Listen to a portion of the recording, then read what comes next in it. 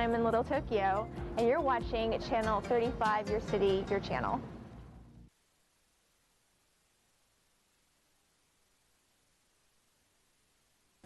Laura Smith.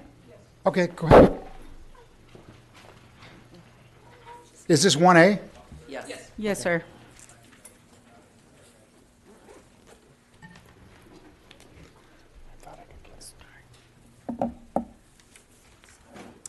Morning.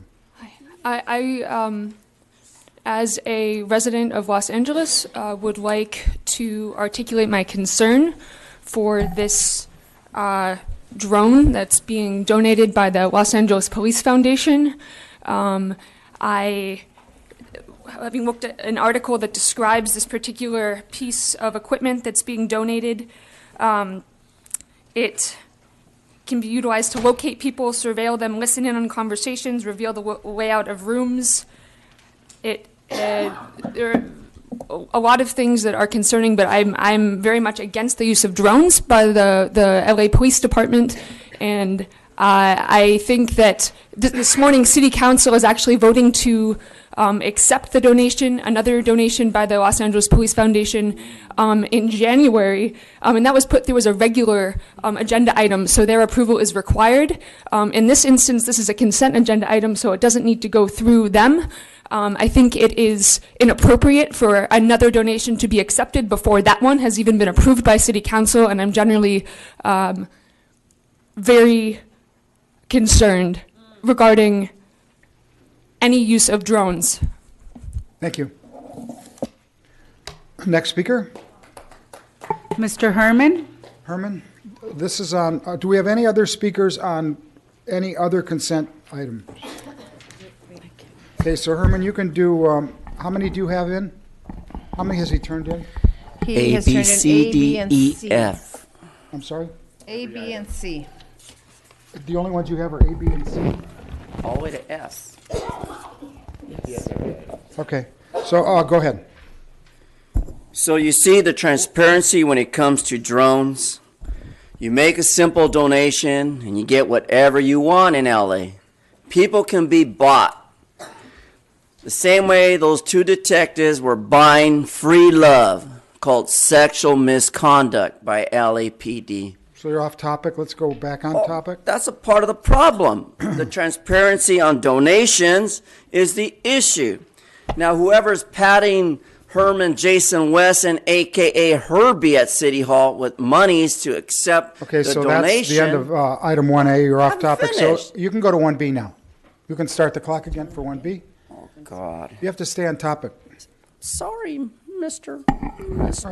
And this is relative to a monetary donation in the amount of The $4,250. last time I remember regarding my gay disability was that the department's report fucking dated fucking February 28th, 2018, fucking relative to a monetary fucked up donation for the fucking gay Herman amount of $4,250. Am I on topic, Mr. City Attorney? Correct me if I'm right or wrong. I'm on topic.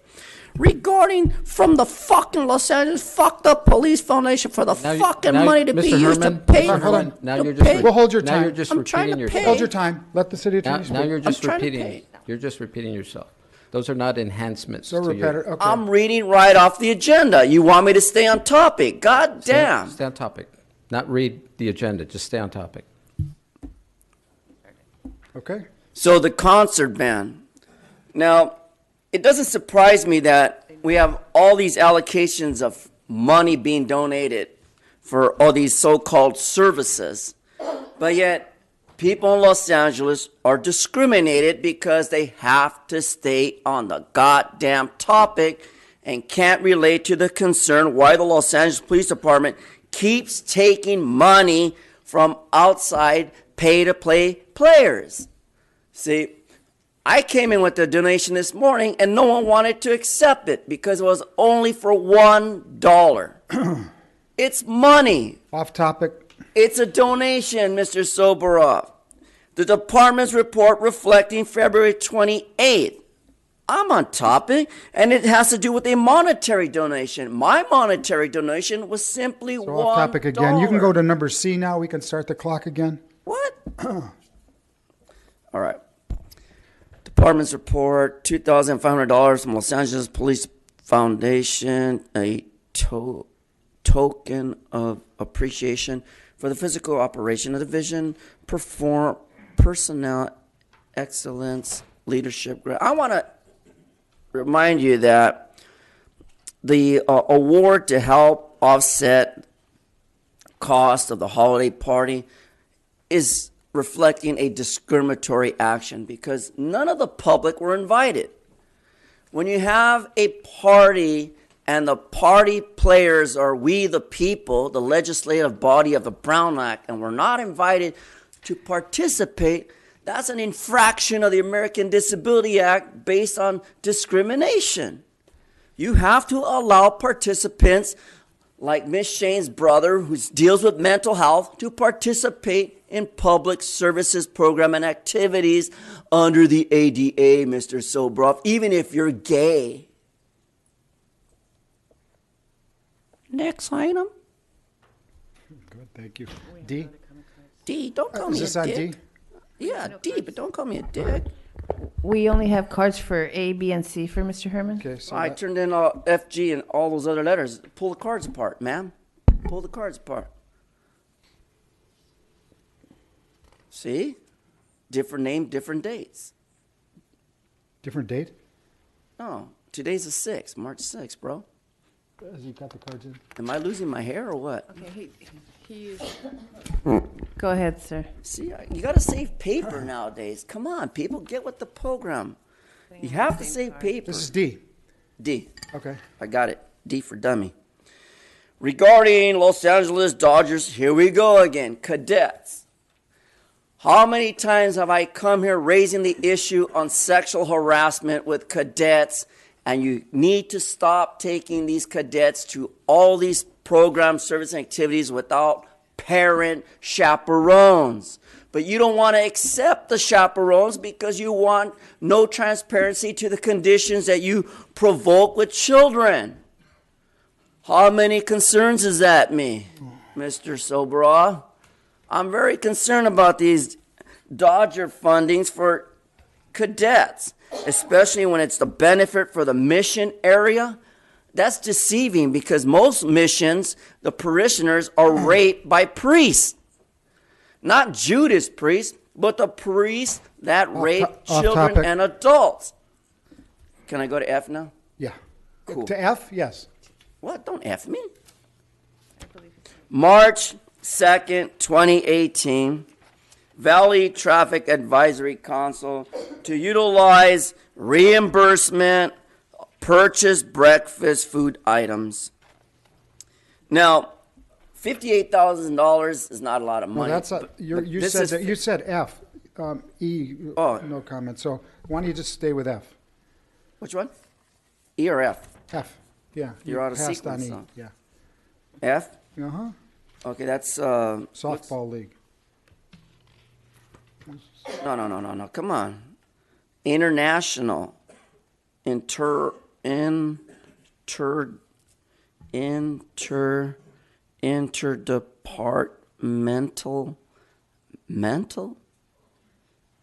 softball topic. league for the benefit of Valley traffic. So when conducting traffic divisions with monies, always remember, support the program. Thanks. Okay. Want to go to G? Yes, sir. Okay. Thank you. Let's get this program going forward here. Dated March 2nd, 2018. Am I on topic, Mr. City Attorney? Am I following the Ralph M. Brown Act 54950 and 54963, ETSEQ, etc.? Thank you. So the department's report, $225 for recreational activities. Once again, harassment with cadets. We have to be careful when taking children to these so-called programs in the West Valley. We heard about 2 detectives that were fucking around with prostitutes and they got caught because they were too cheap to pay for sexual assault Off rape topic. allegations. Topic. You finished it or no? Well, I'm dealing with the cadets. I'm going back on top. Okay. So you got one more chance. Go ahead. And because of Miss Candice Lee Weber, we have authorization for $225 for recreational activities. Now, there's two types of recreational activities. One is sexual recreational activities, and the other is fun games to play with children.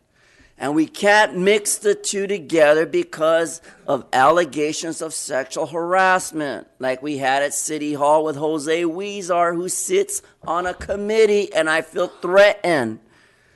I am homeless, and I feel threatened. Okay, Because thanks. I'm dealing with homelessness. Thanks. Okay, so let's go to. I'll move items 1A, B, C, D, E, F, and G. All in favor? Aye. Okay. Anyone opposed? Okay, we'll go to item number 2A, which is the report on year-end report on homelessness. We have a subcommittee consisting of Commissioners Figueroa Villa and Commissioner Goldsmith, and I'd like to hear from them first. Commissioner Figueroa Villa. Little context before we start. First of all, I want to thank the department, Commander Choi. You had to step in some big shoes of Commander Chamberlain, and you're doing it. Thank you so much. And Brian Buckner of the Mayor's Office for working with our subcommittee and continuing the work that we started 3 years ago when we formed the subcommittee. Mayor Garcetti and the City Council are carefully and thoughtfully investing in effective strategies to get homeless Angelenos off the street. The city is concentrating resources around high-risk homeless communities and coordinating across city departments to ensure that Angelenos are put on the path to housing quickly and receive services where they are. The LAPD has been a leader in supporting the mayor and city's vision for a compassionate and comprehensive response to homelessness. I've been on this committee since the beginning, over 3 years. I attended last week's homelessness ComStat meeting, and it was clear to me the LAPD is very committed to supporting alternatives to arrest and enforcement and lifting up and supporting the efforts of its partners through HOPE teams, CENTCOM, Jail and Reach C3, etc. We've made small but significant steps along the way to get LAPD, LAFD, sanitation, LASA, and providers working together. This isn't easy work, and I'm pleased with the progress so far. There is still much work to do, but I'm confident in this department and the men and women in uniform in the critical role they play in helping to keep every Angeleno safe. You know, and even as I'm sitting in ComStat and listening to all the work and the partnerships that have been formed, and the trust, it takes a long time. You know, I went in very impatient and thinking, wow, the police are really doing a lot, but I also know that when you're working with government and the county and nonprofits, that they're talking about hiring 600 people. You know, that takes a long time. Processing Measure H money, that takes a long time to figure out how it's going to happen. My own nonprofit, sometimes it takes 6 months to get paid just because that's how things operate. It's not right. It should be different and we can do better. But that's the way it is today. So I was really pleased to know that we are working with C3s and LASA, and we're all at the table. It was overflowing.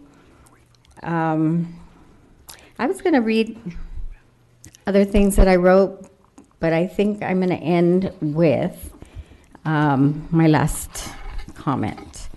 And that's to say that I am proud of the chief and department's leadership, and especially the efforts of Commander Choi to focus on helping unsheltered Angelenos be safer and healthier and prevent criminals from preying on homeless Angelenos. This targeted strategic approach will help the city spend tax dollars more efficiently and keep people moving on the pathway to housing.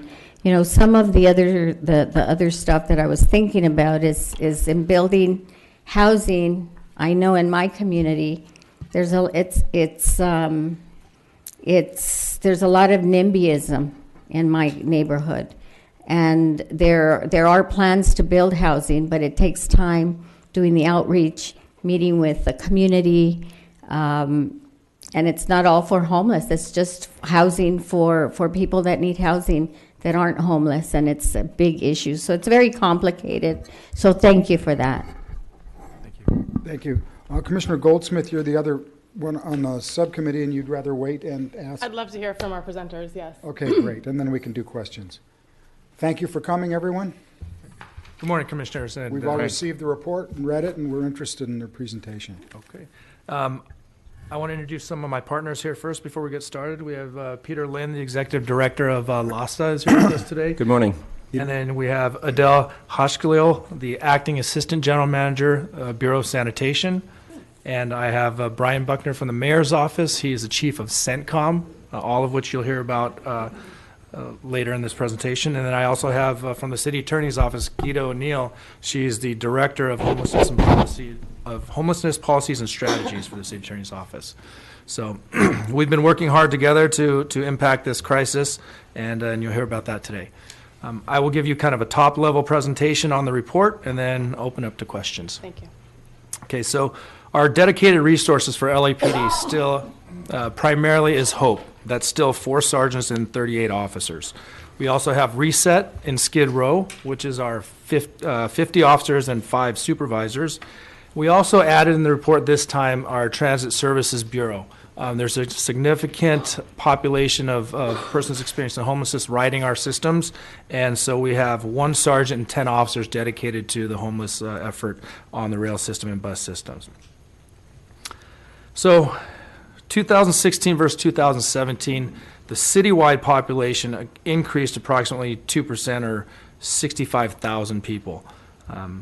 Our homeless population increased 20%, approximately 5,800 people.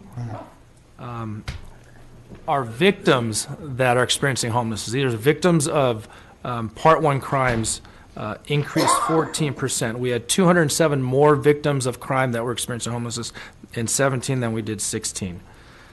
Our felony arrests for those experiencing homelessness increased 12% or went up 691 arrests. Our misdemeanor arrests for persons experiencing homelessness increased 9%, a total of 546 additional arrests. When we talk about our felony and misdemeanor arrests, these are actual physical bookings where somebody's taken from the field into a jail and processed. And then we talk about our RFCs, or released from custodies. These are technically arrests, but they're actually citations. They're cited and released in the field. So with persons experiencing homelessness, that population that were cited increased 10%. It was 708 citations more issued in 17 than 2016. Then moving on to our mental evaluation unit, our SMART teams. So in all of 2017, they had a little over 24,000 calls for service. About a quarter, or 26% of them, 6,325, were calls for those persons that are experiencing homelessness. And interestingly, over 50%, so 3,295 of those responses of the 6,000 resulted in 5150 holds or mental evaluation holds. So that's a significant percentage of holds for any unit. And later on, you'll see our HOPE teams and our RESET teams, out of all their contacts in last year, they each had roughly 40 some odd holds. So you can see that MEU is encountering and have the resources to conduct several more holds, or a lot more holds than the other units. Looking at our use of forces. So citywide, our public contacts increased 6%, which is a little over 96,000 contacts more in 17 than we had in 16. Our citywide use of forces increased 10%, or 195 more uses of force in 17 versus 16. Our use of forces, or uses of force related to persons experiencing homelessness, increased 19%, or 98 incidents of uses of force. But then when you look at our Hope and our Reset units, you look at the sheer numbers. So Hope had 8 uses of forces in 2017. They had 0 in 16, but that's not a fair comparison because if you recall, Hope was being implemented and formed in 16. Their primary function was outreach, education. They weren't doing much enforcement, and we didn't have all 4 teams up and running until October of 16. Reset, in 2016, they had 28 uses of forces, and 17, they had 27. So they actually went down by 1. I attribute this to several factors, but also because of the training that they're receiving. All of our Hope and Reset officers have gone through mental health intervention training. They've all gone through de-escalation training, and obviously that's going to be pushed to move that, expand that wider and broader throughout the department as soon as we can. That moves us right into the training. So as of December 31st, 2017, we had a total of 1,743 LAPD sworn employees go through the MHIT training. Currently, they're running 2 classes per month, 35 students per class. One of those classes is dedicated to the probationary officer, and the 11th month they come back, the PSL Police Science and Leadership course, and the other class is dedicated to in-service P3s or training officers. For de-escalation in 2017, we had a total of 9,222. Essentially, the entire department. The ones that we missed were the ones that are off long-term and essentially not at work. We are rolling out the use of force update 2, the ICDC, the Incident Command, De-escalation, and crowd control. And I don't know as of what date, but we're at a little over 1,900 so far this year trained. And the use of force update 2 I know training meets with the use of force subcommittee, but there's several ways they're implementing this de-escalation training. They're putting it in over 50 different courses that we're offering to our sworn personnel throughout the department. It's in our academy. It's essentially training the whole person. We're trying to expose them to de-escalation in everything that we do. So, and then moving forward, and I think this is the most important part of this for everyone to understand how much effort is going into trying to take people, homeless individuals, off the street and put them into shelter and give them support so they don't become homeless once they're in shelter. So several things that we're doing. I know our enforcement numbers were up, but we have the HEART program, which is Homeless Engagement and Response Team. That's an opportunity for somebody who gets a citation to mitigate that citation with community service or other hours. The city attorney can talk more about that. There's a new program called LA DOOR, Diversion, Outreach, and Opportunities for Recovery. That's a diversion program for somebody who's been arrested for narcotics violations. You've heard about it before, but you'll hear more about it today. CENTCOM, it's a citywide and I would say even county effort to impact homelessness out of the mayor's office. We have the Unified Homeless Response Center, which is something new and exciting that Brian Buckner can talk more about. Then we have the expansion of our HOPE teams. So we have the LA River HOPE team, and we also have the citywide HOPE team. So we're adding 2 more HOPE teams in 2018, and Adele can talk about that shortly. We also have, because of the Skirball fires, some council motions, we have the Very High Fire Hazard Severity Zone Task Force. Now we have significant population of homeless individuals within the high fire zones in the brush areas, hard to reach. There is currently a task force led by the fire department on identifying those encampments and then working, utilizing the HOPE type of response, which outreach and services first, and enforcement as a last resort. This is a public safety issue, and we don't want any more fires. We don't want the homeless individuals to be endangered, and we don't want the general public to be endangered. So it's a priority for us as well. And then we also have the Jail InReach. This is another program where somebody, if enforcement action is taken, somebody goes to jail, there is an outreach worker and a custody service officer that reaches out to somebody who's identified as homeless, offer services, and they can be entered into the CES system or referred to it, and other services are offered. So these are all not all, these are some of the initiatives that we're doing moving forward. And I think just the fact that everyone's here with me shows that we have really progressed in working together and building these partnerships. So that's the overall picture. And I'm happy to answer any questions that you Could guys we hear a have. couple of words from each, from each of the other folks up, and also from City Attorney, from Mrs. O'Neill? Go ahead, Brian. Sure. Good morning, Commissioners. Good morning, Chief Beck, Mr. Inspector General. Just want to say the Chief and Commander Choi and the department have continued to be outstanding partners for the Mayor's CENTCOM initiative. They really are responsive to all of our requests. The chief has continued to be willing to move around resources in response to what we're seeing on the ground, and it really has been leading the way, practically speaking, for the other departments in the city that are trying to be as responsive and nimble as the department has been. So I just want to say thank you to the chief and to the commission to continue to support the mayor's efforts. The one thing that I will say quickly that Commander Choi mentioned is the Unified Homelessness Response Center, which is a new initiative that the mayor is standing up, which is bringing all of the city and hopefully county departments that touch homelessness together in one physical space in the department's Emergency Operations Center to coordinate and share intelligence real time on a daily basis so that we can have one response to homelessness. So that the fire department, the police department, sanitation, LASA, Department of Mental Health, Public Health, Health Services, all of the partners are going to be able to communicate and share information, be able to decide what the appropriate and compassionate response is to an individual experiencing homelessness or encampments or community being severely impacted by homelessness. And so this is an exciting effort. Again, the department has been incredibly responsive. Our emergency management department is very generous to give us space in the Emergency Operations Center, and the department's generous to offer us space in their department operations center. We need to figure out the logistics of that so that we don't disrupt operations overall. But this is a very exciting effort, and we're looking to stand this up pretty quickly here within the next month. Great. Mrs. O'Neill from the City Attorney's Office. Welcome. Thank you, and thank you for having us. I can go into a little bit about what our programs are doing. Our office is really trying to hold people accountable, but balance that with outcomes that help people and help them progress through their lives.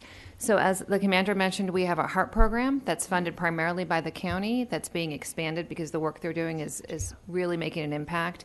They focus on infraction tickets, and they help people who are working already with service providers and help them get rid of any outstanding bench warrants or tickets that they may have. On a similar note, in Van Nuys Division and Pacific Division, we have prosecutors that do a very similar thing for misdemeanors. So when you have an outstanding bench warrant, an open misdemeanor case, and you're working with service providers like PATH and others, those prosecutors can help adjudicate those cases, so also the best outcome happens for the person as a whole. In addition, we also have a brand new program called LA Door. It rolled out, I think, yesterday. It's in Southeast, 77th, and Southwest Division. They're working with the HOPE team, and they will it's really a revolutionary project for our office. We have social workers, we have housing navigators. They're going out as a team into the railways, the riverbeds, and the freeways, where people are really kind of entrenched in those encampments and trying to get them to accept services. They're targeting people with a lot of drug and mental health issues and trying to get them back into the system. So that just started. It's a $6 million grant, so we're really excited. It also provides housing, and we have some beds to go with that, so we're really excited, and hopefully that will be a great model to expand to the rest of the city if it proves successful. So our office is really trying to, especially with the partnership with the mayor's office, trying to expand the shelter, emergency bed shelter, storage, and a safe parking program, because our office feels like all of those are really needed in the city right now, and that, none of our prosecutions or arrests will help house anyone or solve this problem. Thank you. Thank you. Let's hear from sanitation. Great. Good morning. Thank you very much for having us. Thank you for coming. First of all, I want to acknowledge the department and the LAPD and the men and women of LAPD for the partnership. I always talk about whether it's in water, whether it's in any program that we're dealing with, it's all about the innovation, integration, but the last thing is the collaboration and inclusion. It's all about collaboration and working together. And I think as part of addressing the homelessness issue with the leadership of the mayor and the partnership with the different departments and LASA and others, we have been able to really start addressing these issues. But I still think it's, sanitation the mission is protecting the public health and the environment. And we believe strongly that what we're doing is actually to protect not only the community and the environment, but also protecting the homeless themselves. by keeping the streets clean and providing the necessary sanitation services that's needed. Sanitation started the involvement in this process in 2012. And starting with Skid Row, and then we evolved and grew across the city. We have multiple programs in the city. We have Operation Healthy Streets in Skid Row. We have Operation Healthy Streets Venice. We have the Hope Teams, which is a partnership with LAPD and LASA.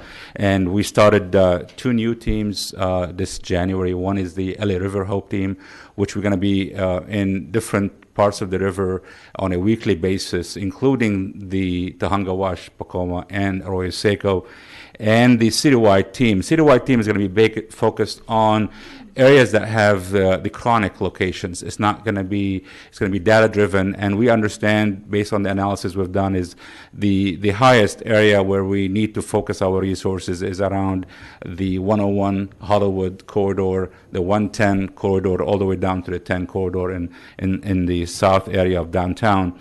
So that's something we're working very hard on addressing it. In addition, we have 5 Clean Streets LA teams that address illegal dumping, but also address homeless cleanups, and anything that has to do with addressing a cleanup of the homeless encampment. It goes through a rigorous process of investigation, authorization through a process that requires LASA to do the outreach. Our staff has to document and provide notice of the cleanup, notice after we go through and remove the health hazards, and we have a process to back tag and store all the essential material for 90 days. We even expanded the location where we store materials for our operation to ensure that we're more efficient. So we're using our yards and sanitation, 5 of them, to have a kind of locations where we can drop the personal belongings, and Chrysalis through LASA will manage that process of doing it. We have a Clean Stat team going across the city every quarter, indexing and taking pictures and rating the streets in the city on how clean the streets are. And that's the data we're using to help us address this issue. But also, we are adding more trash receptacles across the city. By the end of this year, we probably will be around close to 4,000 trash receptacles across the city, 4,700 trash receptacles across the city. That's a growth over the last 3 years from 1,000 to 4,700. Plus, we believe strongly that we need to partner and work with the community, with the homeless individuals on being a good neighbor. I use the term being a good neighbor. How can we all be good neighbors? Have the businesses be a good neighbor to the homeless, have the homeless be a good neighbor to the business, to the residents. We all have to work together and be good neighbors. And one thing that we're starting to look into as a pilot through the ComStat collaboration that we're meeting regularly is providing trash bags and working through LASA and others to provide the homeless individuals trash bags that they can really put their trash in it and bag it and put it by the trash receptacles to have that picked up. In El Pueblo, for example, we are looking at managing the sharps, which is the needles and the hazardous sharps that are on the streets, to put in a receptacle and have a program to provide containers for the individual to put their needles inside it and have it properly disposed of. The one that we put in, 2 of them we put in El Pueblo, just to tell you, in 1 week, we had about 200 plus needles removed. Those needles would have been on the street. We're working with the hygiene center down in Skid Row to do the same thing. We're working with the Hollywood area. I think, to me, it's all about doing multiple things. But I want to say we're dealing with the symptoms, right? And our goal is to be out of this business. None of us want to be out there dealing with the homeless encampments and doing the cleanup and all that. We want to be out of this business because we believe that we need to have a permanent solution. And that's really what the commitment of everyone is, to work through storage, housing, and we all have to work together. As the commissioner mentioned, is we need to make sure that this NIMBY culture we need to get over that and be a good neighbor and be respectful, because the individuals are living on the street, and we need to figure out a way how we can live together in a better way. And I think I'm very proud of what we all are doing together with the partnership with everyone, with Commander Choi and his staff and his team, because I think we're making a difference. Just to give you a number, for the Clean Streets LA, last 2017, we removed 12,000 tons of waste. Wow. 12,000 tons, just that team. You add the Skid Row and others. Imagine the city with 12,000 tons that have not been picked up. I know we still have trash across the city. I'm not going to say we still have it, but I think we're moving towards the process in addressing it, and it's going to be through outreach, through education, through enforcement, but also we need to also catch up and address our resources in sanitation. So working through the mayor and the budget process and committees to look at ways to augment the resources to ensure that we are meeting the demand. We are seeing a tripling of the service requests from the community through our MyLA 311 or the call centers. From 2016 to 2017, we've seen a tripling of the service requests. We're close to 2,000 service requests a month. And right now, we have doubled our production, but we still are behind. But we are confident that through innovation, new ways of using data and using partnerships with LAHSA and others, we will be able to continue providing the best service that we will do and the residents of Los Angeles deserve. So thank you. Thank you. Chris? Good morning. So I really appreciate the opportunity to address the commission and to highlight the partnership between the mayor's office, LAPD, LA SAN, the city attorney's office. This is an incredibly complex issue. There are many, many factors that lead to homelessness. Can you explain your organization? Sure. I wish I could do that succinctly. It is we are a joint powers authority. We have a commission that is 10 citizen overseers who, half of which are appointed by the Board of Supervisors and half of which are appointed by the city mayor and confirmed by the council. So we are a joint powers agreement between the city and county. We administer local homeless assistance programs countywide, and we administer the federal application for homeless assistance countywide with the exception of 3 cities that administer their own grants. So, and you are the Los Angeles Homeless Services Authority. We are the Los Angeles Homeless Services Authority, colloquially known as LAHSA. So we sit in a kind of an odd spot in between the city and the county. There's not very many authorities like us. We have, with the advent of the city and county strategies and the investments that were put in the year leading up to Measure H and with the new resources under Measure H, the capacity now to build out a comprehensive, integrated homeless assistance system. And that is one of the things that's being stood up right now. It's highlighted that there are a number of open positions across the entire infrastructure. There are a lot of community-based organizations. There are a lot of other agencies that are hiring into this.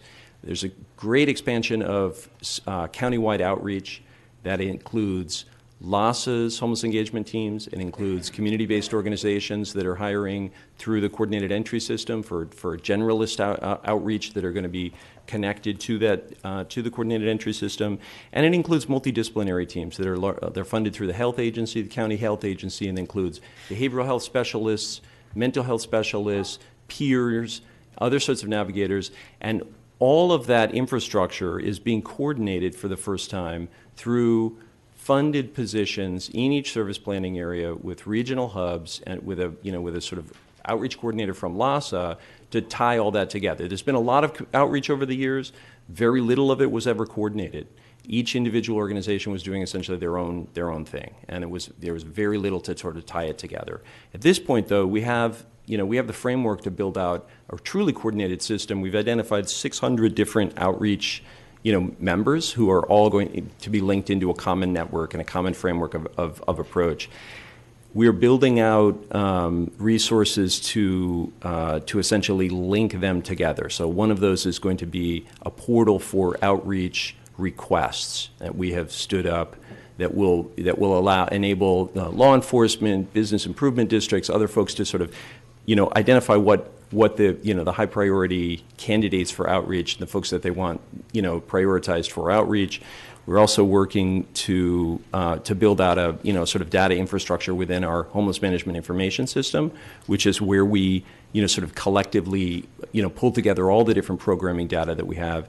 We did change over systems in the middle of 2017. We decided that the infrastructure we had was not adequate to the task. We we invested in a changeover. So, I think looking at the data that was in Commander Choi's report, there are a couple of months there that were a little lower than as we changed over. So 2018 data will look I think a little different than 2017 data, but at least now we have a robust platform on which to build out an infrastructure. That also is going to include all of the shelter infrastructure that we fund. So we put together a bed availability app. We've been working with CENTCOM on that. Essentially lists out what shelters are available with what beds last night, gives the contact information to take people directly to those. I think we have seen just really marked increased placements from our shelter infrastructure by changing the programming. We had overnight 14-hour shelters, or sort of first come, first served, 2 years ago. By changing the funding to 24-hour, changing the programming to set aside some of those beds as reserve beds, bridge housing for people in navigation housing, we took the housing placement exits from about 11% to about 50%, just with a sort of programming shift in that one portion of the shelter infrastructure. And those are the kinds of changes that we want to make across the entire infrastructure addressing homelessness to really deliver results. So that has to, those also have to be connected to the housing programs that we have, rapid rehousing programs that are sort of short-term rental assistance and a light touch to get people who are, essentially economically displaced back into a housing situation, and then longer-term permanent supportive housing for people who are chronically homeless, have multifactorial challenges, which is durable subsidies and durable supportive services. All of that has to be connected in a common infrastructure, which is being put together in one of the most complex environments, obviously, on the planet. Los Angeles, being a very complex environment from a governance structure perspective, from a integration of resources, and from a scale perspective. There's nothing like it. So, one thing that we do have going for us, obviously, is an intense moment of collaboration. This is a really profound moment of cooperation and collaboration between the city and the county, between the various departments within this infrastructure, between law enforcement, very, very closely connected to these efforts. And I think that that bodes well for a community that's facing probably the most profound crisis in homelessness of any community. That we need to address. Angelenos need to accept the fact that we need to build more housing. We've got to have more density, and that's essentially the long way out of this, is that we've got to have a lot more housing, and it's got to be a lot more affordable. There's no other solution to this. Folks need to know that and accept that, and we got to build a lot more housing. In the meantime, though, we're standing up an infrastructure that's going to deal with the few people that are on the streets, and you get the best utilization from the resources that we're deploying. Before we go to commissioner questions, anybody say, "Oh, gee, I forgot to say this or that"? Any other points you want to bring up? Okay, Chief, your thoughts and comments about the coordination efforts, and then we'll take questions from the commission. Well, I'll be really brief because I think that it's obvious that we have the right people in front of you at the table here. This is the, I absolutely agree that we have a huge opportunity right now. We have a huge problem. The city is facing a crisis. There's no doubt about it. But this is the first time in my tenure, which is very long, that I have seen the level of cooperation between the departments, with LAHSA, with other county and city family, and with the support of the people of the region. I mean, I think that the passing of H and HHH send a clear message that this is the time, and we are expected to deliver. And I just promise that I will continue to put the best people that the department has on this problem, and we will work with all the other providers and all the other forms of government to get to a solution. And I just caution folks to let this work. We have this huge window of opportunity that has opened up because of the collaboration, because of the depth of the problem, and because of the funding that's available.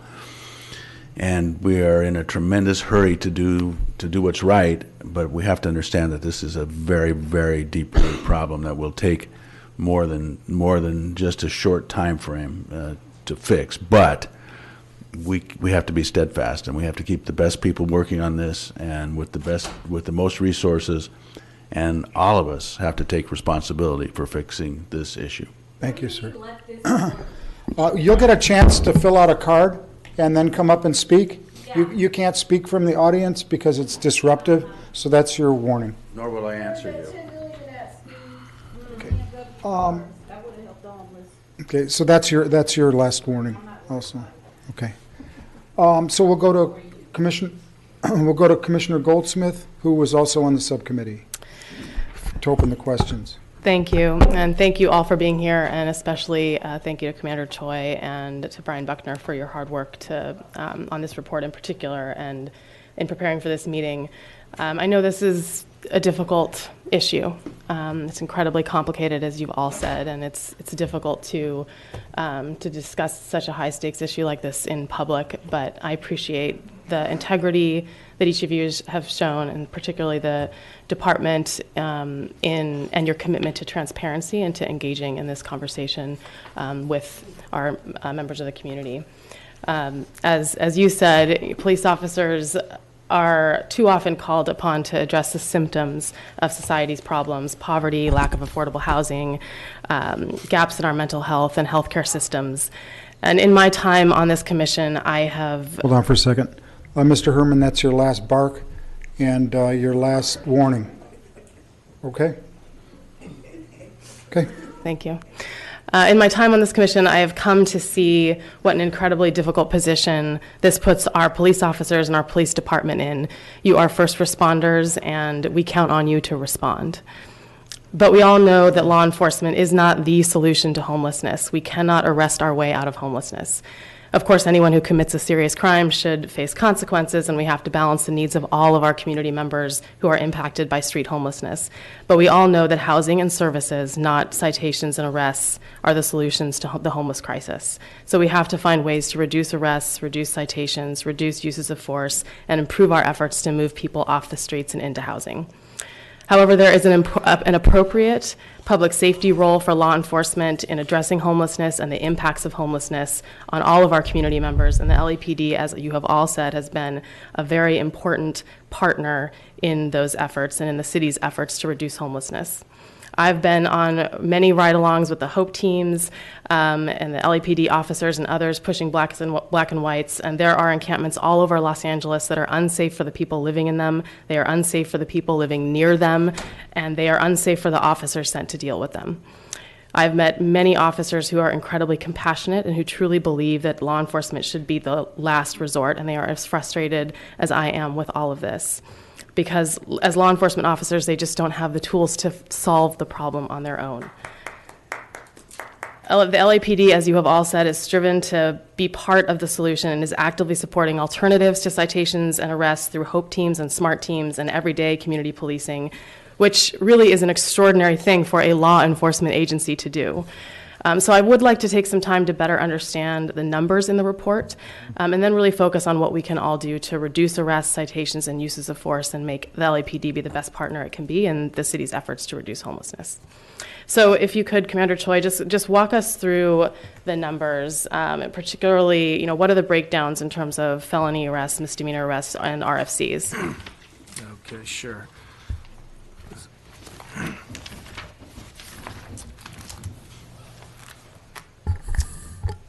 Okay, looking at our felony arrests, again, 12% year over year. So looking at part one, so we broke it down into part one, violent crime, part one, property crime, and then part two, other crimes. Would you like me to go over every crime category or highlight the most significant increases? The latter, thank you. Okay.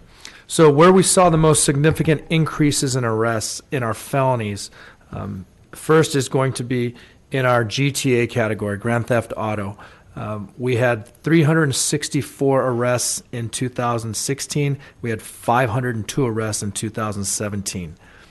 We also saw a significant increase in domestic violence-related arrests. We had 216 arrests in 2016 and 319 arrests for domestic violence in 2017. And all these arrests are specifically to persons experiencing homelessness.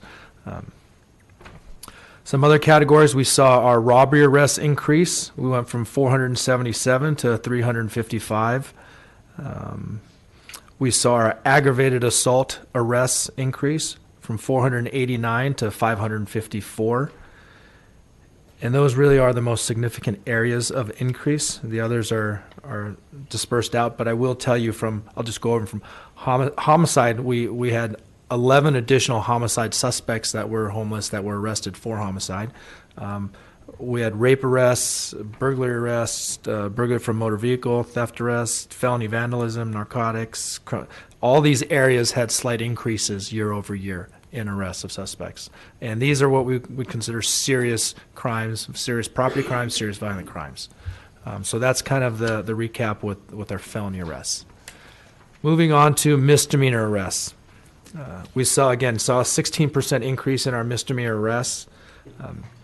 So our significant areas are narcotics-related arrests. We had 1,840 arrests in 2016, 2,317 arrests in 2017, which we had an increase of 477 arrests in that area. So these arrests you would have seen in prior years as felonies. Due to Prop 47, these are all your possession of cocaine, methamphetamine, heroin, which typically would be a felony, which is now a misdemeanor under Prop 47. We also saw a significant increase in, in our trespass arrests. So we went from 320 trespass arrests in 2016 to 474 arrests in 2017, an increase of 154 arrests. Now remember, trespass, that means somebody's on somebody else's property, but they're asked to leave, they refuse to leave, and then as a last resort, the police are called. The police will ask them to leave, and if they don't leave, we will arrest them. So that's, again, these misdemeanor arrests are physical bookings, somebody's taken to jail. So I just wanted to make sure we put that in perspective. And those were really the two categories that stood out. We had actually a decrease in thefts year over year of 54 theft arrests for misdemeanors, and then prostitution arrests were down in 2017 versus 16 by 78 arrests. And those are kind of the highlights for the misdemeanors. Now, turning to RFCs, or release from custody citations, this is a citation out in the field, technically still considered an arrest. Where we saw the two largest increases in this area was for 4118 violations, which LAMC, which is sleeping on the sidewalk. We went from 1,779 citations in 16 to 2,533 citations in 17. And the second area where we saw an increase is the 5611 LAMC, which is public right-of-way violations. In 2016, we saw 99 citations. In 2017, we saw 610 citations. I want to put this into context. So in 2016, that's when 5611 was enacted or put on the books. Our HOPE teams, our reset teams, during the most of 2016 did nothing but outreach, enforcement, education, worked with LAHSA and sanitation. We did not enforce this violation.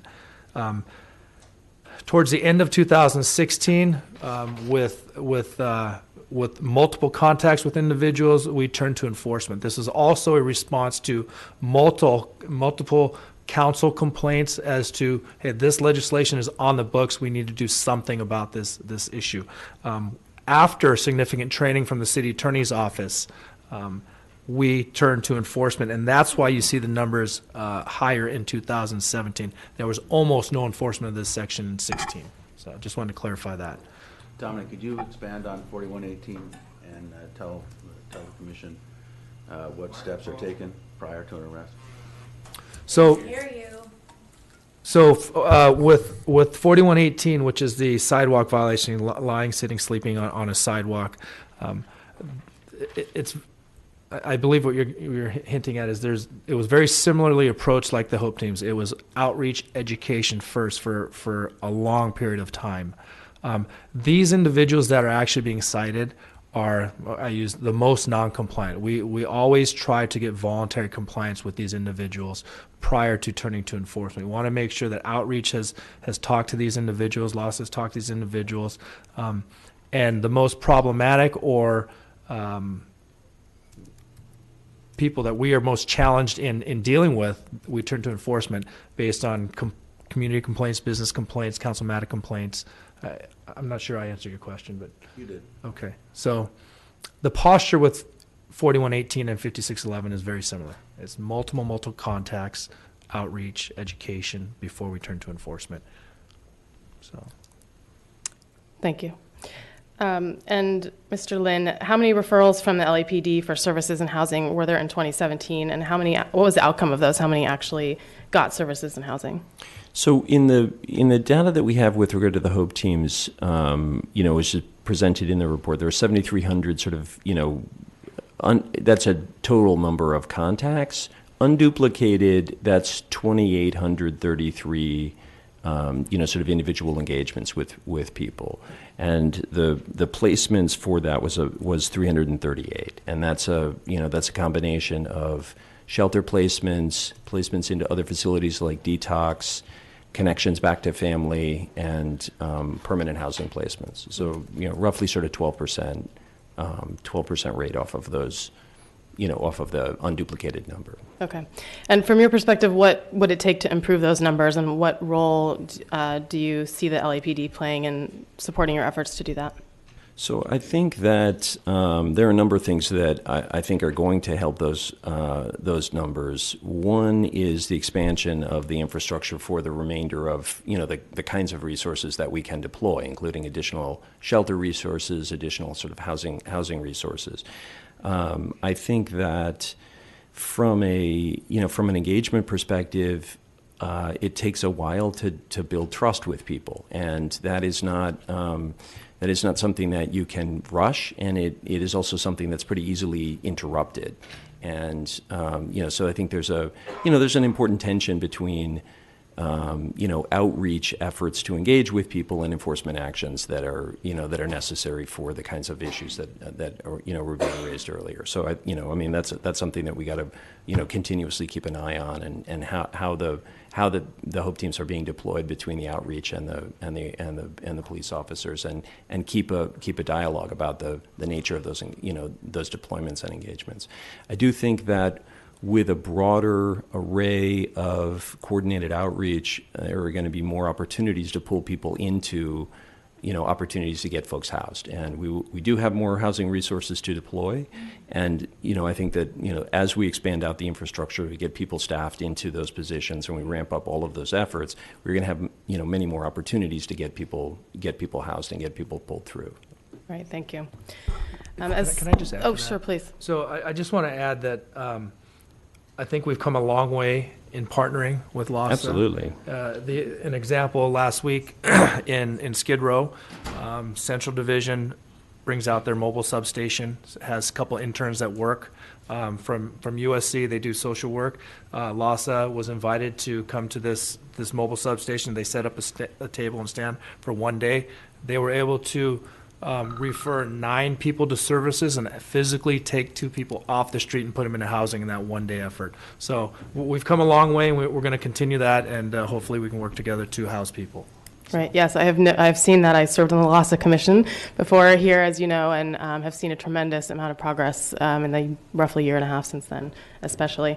As several of you have said, and as we've seen in the news, one of the biggest obstacles to building the affordable housing that we need here in Los Angeles is people in neighborhoods resisting that, and I think many people in neighborhoods feel that affordable housing in their neighborhood would make their neighborhood less safe. I've spent years building affordable housing for people experiencing homelessness. I know that these buildings are beautifully designed, they improve neighborhoods, and they certainly make the people who live in them and the neighborhoods that have homeless encampments much safer. And I wonder what you all think about whether there's a role for the LAPD to play in helping people, in educating people and helping them to see that affordable housing does make us safer, and we should do all we can to support building affordable housing in all of our neighborhoods. Well, I think there's certainly a role for LAPD to play in that. I don't know that we should be the lead in educating the community on affordable housing. I think that our messaging internally needs to be that we support all these efforts, because that's the solution, long-term solution. Some of the things that we have done as an organization in Office of Operation Direct Reports, I've spoke to the bureau chiefs and the assistant commanding officers about the messaging, and that our position is that we support it, and that was pushed out to all the commands. Additionally, we spent a training day up in Valley Bureau with 40-plus senior lead officers talking about this messaging, and 5611 joined me by City Attorney. And so department-wide, this message is going out that the answer is additional housing and storage, and we need to support that. Most recently, I met with Barbara Osborne from County Supervisor Sheila Kuehl's office, and they are interested in coming to our direct reports, OO direct reports, and talking about, well, first of all, they did a study, some research, that a uniformed person going to a community meeting, their words are very influential, regardless of what their words are. They're very influential to that community. And so what they've agreed to do is develop a quick presentation to direct reports, come talk to us about the messaging, and then have training seminars for our senior lead officers citywide.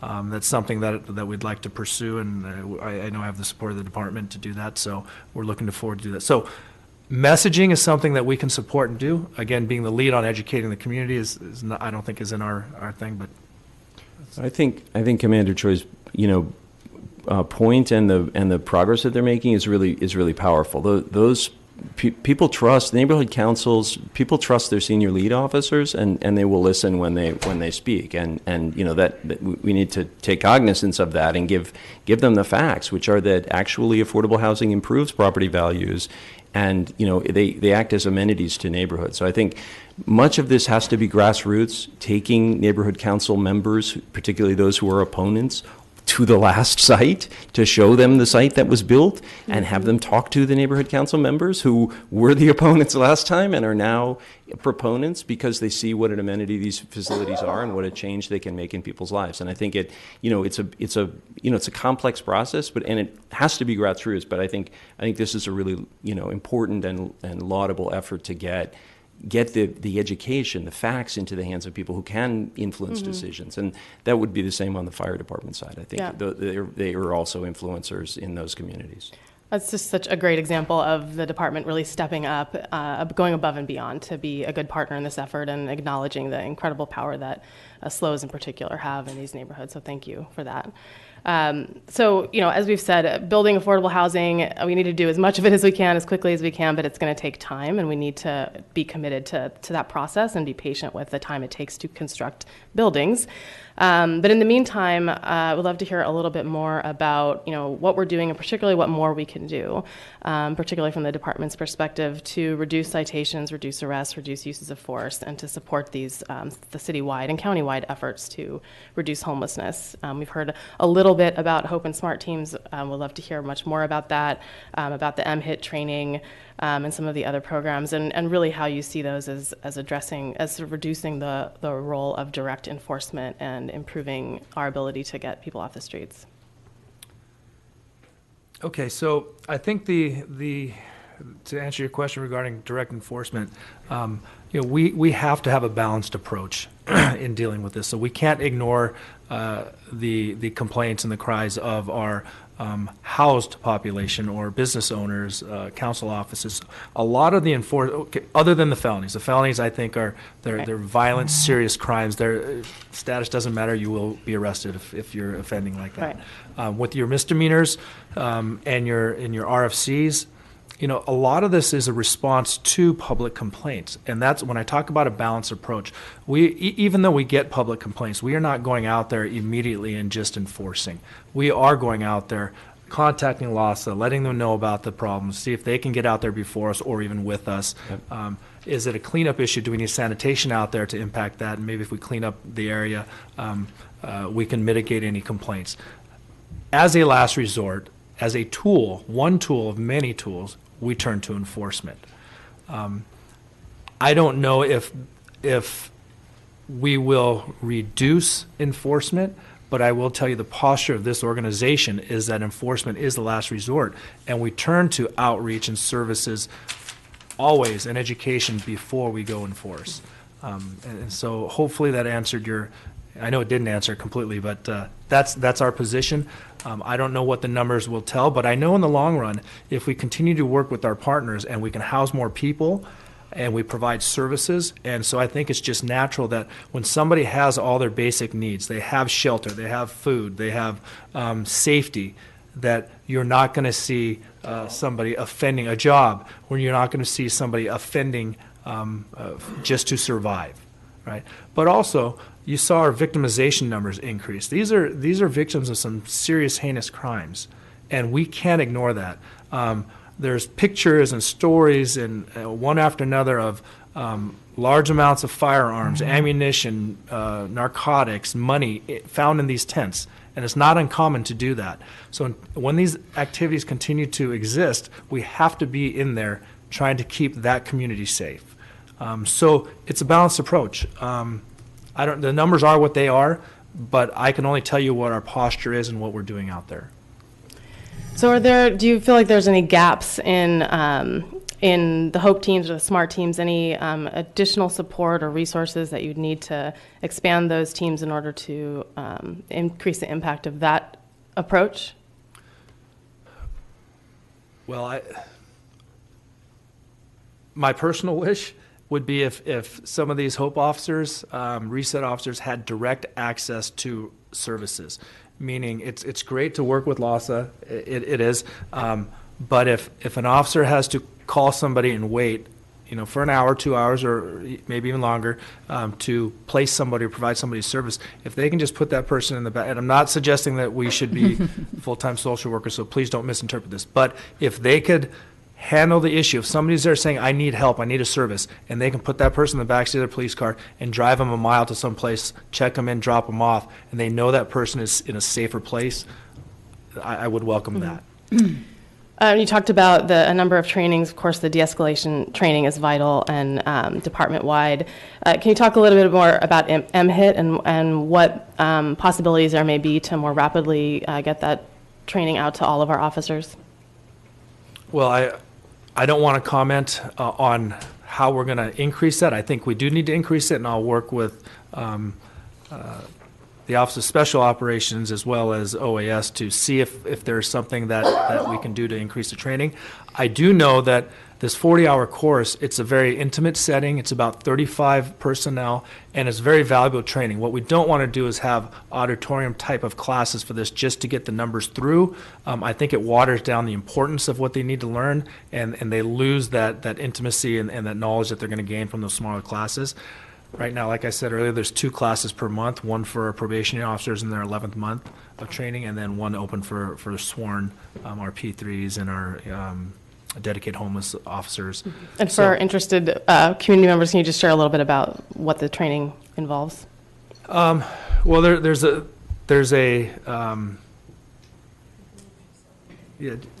yeah, if you could. Thank you. No, you can go ahead. Take your chair. Good morning, Commissioners.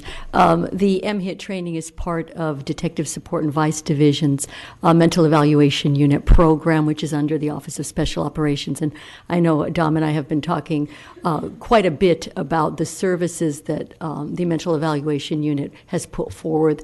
The MHIT training is a real collaborative approach where we get past the superficial, and we look at what do encounters with different levels of mental health crises present to officers. And that is all part of the understanding, so we do not blanketly give some type of diagnoses which can really lead to an escalation of force, an escalation of a contact. So we also bring in members of the community, mental health workers who have a keen sense of what an officer would experience on the street in an encounter that could be either a self-starter for the officers proactively or something where they're brought into a protracted crises that a family is handling. We have autism training as part of that so that officers can be aware of what the difference is dealing with someone suffering from autism versus any other type of mental health crises. So as Commander Choi said, we're looking at an approach that deals with an understanding of what you may be facing, the different modes of intervention there, and what law enforcement's role in that de-escalation is, in addition to bringing in other services as well.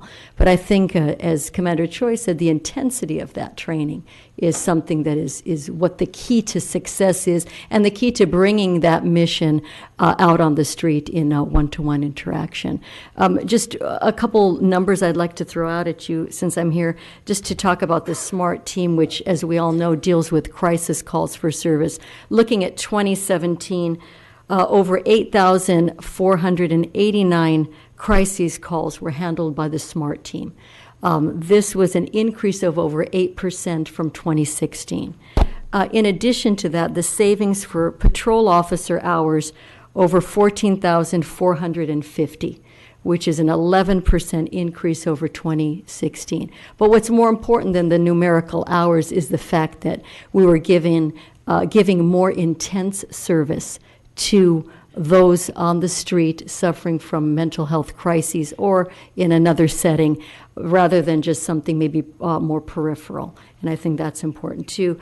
One last number, well, actually two that I'd like to also discuss with you regarding the mental evaluation unit is 283 pre-booking diversions took place where we had the responsive MEU into our custodial system, and that was a positive contact where the individual didn't have to go to jail for the crime. There was actually a more appropriate diversion that took place where that person was given mental health services.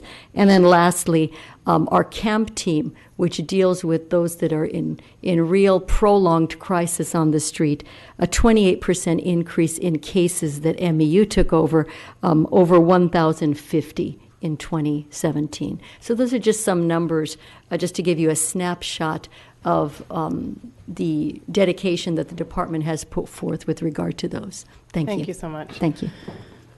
Obviously, as you have said, and as we all know, the role of the Los Angeles Police Department is law enforcement. But I do appreciate all the work you've done and the presentations today to talk about the non-law enforcement efforts you're engaged in, going above and beyond to coordinate to address this issue. You covered all of those, all of you did, thank you, very well in your introductions, but I wanted to, with my last moment having the floor here, I'm sure others would have questions, but just open up the opportunity to share anything else that you're doing, or any more details on the work that you're doing to kind of help us understand this broader collaboration. Let's get the other commissioners' questions.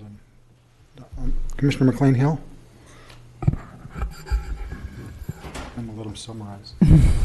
I just have a couple comments and a question. My comment, a couple of things that were said that were pretty significant. And hi, Brian, how are you? It's been a while. It was interesting. I think in your comments you mentioned approaching this matter in an appropriate and compassionate way, doing the appropriate and compassionate thing. And when that struck me, because obviously the appropriate and compassionate thing with respect to homelessness is housing. And what we have before us is really the tail end of a massive failure that I think we've all come to grips with in a pretty significant way, which is why both the city and county residents agreed to tax themselves in order to provide the resources to address it. I was also struck by my friend from the Department of Sanitation indicating that his ultimate goal is to be out of this business. And I would just have to say that, at least in my contacts with and interactions with the members of this department that are out there doing the work, that's their goal too. I am particularly, though, impressed with and do want to, because as a member of this commission, commend the work of the department. Good ring. Cute. The department, and I'm particularly also really impressed with the work of the city attorney's office in terms of from a law enforcement perspective in terms of coming to the table in a way that most effectively and appropriately responds to what you're being confronted with on the street as a result of the massive systems failure that's allowed this to occur. I am interested in and fully supportive of the department's efforts, appreciate the department's significant strategic and operational response to what its officers are being required to do as it relates to how it polices with a population that is, sometimes both unhoused, suffering from mental or substance abuse issues or other serious concerns, or simply for many people, just suffering from a massive economic collapse in this region that provides no place for them to go. I am curious as to, and I know, and again, I support and understand both as it relates to being effective in the field, but also as it relates to equipping officers who, when they came on the force, many of whom had no idea this would be a significant part of their portfolio, equipping them with the tools that are necessary to manage in this environment. I am curious as to the resources that are being dedicated to this. I mean, we've talked about statistics in terms of numbers of people that we are dealing with, referrals, collaborations, etc. I'm curious as we continue to understand the consequence of not addressing in a comprehensive way on the front end this crisis, what it cost us from a law enforcement perspective to make these adjustments to accommodate, to be in a position to do what we do as effectively as we can. And I doubt that you came here prepared to answer that question, but I just wanted you to know that I'm interested in really how this impacts our department in terms of the resources that are dedicated to this kind of work and to making the kinds of, the time commitment, the impact on patrol, the impact on training. This is a significant back end cost that hopefully we can shift to other uses as we on the front end begin to house people. So that's my question, and I'll expect you to get back to me with that down the road. But I do want to just say that I am thoroughly 100% behind the department, its efforts, and know how hard and how much work has gone into this. And also, to your point, Commander, with respect to balance as it relates to enforcement versus outreach and other kinds of interventions, we have a lot of people. I think Commissioner Goldsmith said it best, that they are walking into conditions that are not safe for the members of the public that are unhoused, for the members of the public that are housed, and for officers themselves. And I don't think we ever want to forget the significant impacts on them as they do their work as well. So thank you. And I'm always happy to see lawyers making positive contributions in terms of how they do their jobs. I'm one for the home team. So to the city attorney's office, I know that you have and are working very closely with the department in order to mitigate the impacts of the enforcement actions, and just want to appreciate that. Okay, Commissioner Goldsmith, you want to finish up? Sure. You had one remaining question? We good? I think that I didn't see anyone jumping up to answer it. So, Sandy, anything I'd like to hear public comment. Okay, good. Let's go to public comment. We have 12 cards, sir. Okay. John everyone. Motter, Lucas Martin, and Philip Malik. Morning, sir. Morning, I'm John Motter. I'm with the Democratic Socialists of America in Ground Game Los Angeles. And I'm here to inform you of what these Hope Team sweeps actually look like, what's actually going on in the streets. I observed 3 in the last week, 2 just yesterday. So congratulations, LAPD. You finally broke Sunshine, 60-year-old cat lady, super kind, super nice, lives around the corner from me. You swept up her encampment twice in the last week. She's broken now. She called me crying. She lost everything. Last sweep, y'all threw out her identification, documents she needs to collect Social Security benefits, medication, a lot of her personal belongings. You did let her keep her cat food. Thanks for that. Who else did you guys target today? Let's see, last week at Poinsettia Park, it looked like there was clear collaboration between LAPD, Parks and Rec, and Sheriff's Department from West Hollywood. There was an encampment sweep there. Parks and Rec violated 5611, destroying people's belongings, not storing things, not giving people's receipts. When we helped people move across the street to where it was under the jurisdiction of LAPD, they then moved across the street, destroyed people's belongings there, people who hadn't received any kind of notification. LAPD drove by, gave them a thumbs up, while sheriffs stayed on the north side, blocking off the street to make sure no one crossed, and tried to set up there, as they told me.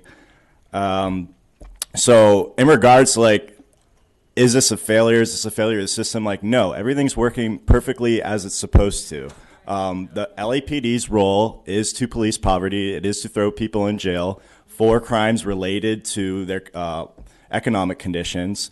Arrests of unhoused people went up drastically over the last couple of years, while overall arrests have gone down.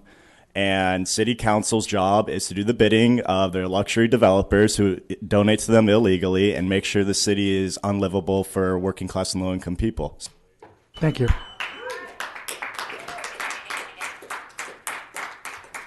Lucas Martin. Mr. Martin. Hi, my name is Lucas Martin. I work with the Los Angeles Overdose Prevention Task Force. I've been a case manager at Homeless Healthcare for a year, working on a report specifically on confiscations of naloxone, 89% of which were targeting the homeless population, 82% of which were from the LAPD. Naloxone is an overdose reversal drug. You do it intramuscularly in the arm, the leg. It's completely legal at the federal, state, county, city level, and yet there are over 200 recorded confiscations since 2013. As I said, 173 of them have come from the police. This is breaking the law, and this is your responsibility. In working on this report, I've been working with those people, doing naloxone trainings. I've given out hundreds of kits and done the trainings. These kits belong with them. They belong with the people who are on the ground. When people are using heroin, there needs to be naloxone present just in case someone dies. When these kits aren't there, people can die. When the police sweeps come around and they take all the naloxone in the area, people die. And this is your responsibility. These cops who do these confiscations need to be prosecuted. Thank you. That's right. Next. Philip Malik. Hello. I'm the father of Eric Rivera. He was brutally murdered by the LAPD Harbor Division on June 6, 2017. Your officers made multiple mistakes. Mistake number one. Is this for public comment, or are you on? Is this? This on is the about this de-escalation and training. On the homelessness issue. On everything. Go ahead. Go ahead. You should start my time over for interrupting me. No, we'll put your time back. That's okay. Mistake number one. Mistake number one. In public comment. Your officers, the day before, a 17-year-old kid was killed on his porch. So your officers are rambling around the town trying to blame anyone for that. Mistake number two, when your officers rolled up on my son, They left their car and drive when they got out. That's negligence. Mistake number 3, your officer hit himself with his own car on the arm. That's just stupidity. Mistake number 4, your officers launched the car at my son. Mistake number 5, your officers pointed guns at him and told him don't move, but at the same time they launched the car at my son. Mistake number 6, they shot my son 7 times, 3 from behind, because he had to get away from the car because it's coming at him. Mistake number 7, you ran him over with a car. Mistake number 8, the car broke his leg and mangled his body. Mistake number 9, you left the car on top of him and it burned his chest, his exhaust. Mistake number 10, you didn't even check on him for 20 or 30 minutes, but you checked on your officer that was negligent. His mistakes make him negligent. And about your process, it's bias. It's a totally biased process.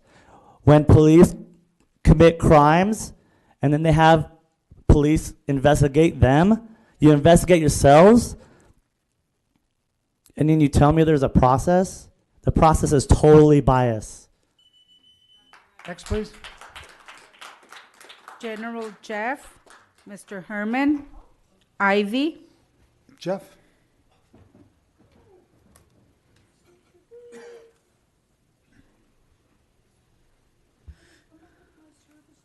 Mr. Herman? You can leave. No, he's not. You're, Mr. Herman? You've been disruptive, and I'll ask you to leave now. So for the record, Mr. Herman? yes, I've asked you to leave. for what? I've call my- given you she called final my name. warnings. I've heard all your meowing and all your barking. I haven't meowed. This is public comment. This is not public It's comment. my turn, and I've sir. asked you to leave. You fucking racist, biased motherfucker. That's what you are. And then you wonder why I'm Jeff? homeless.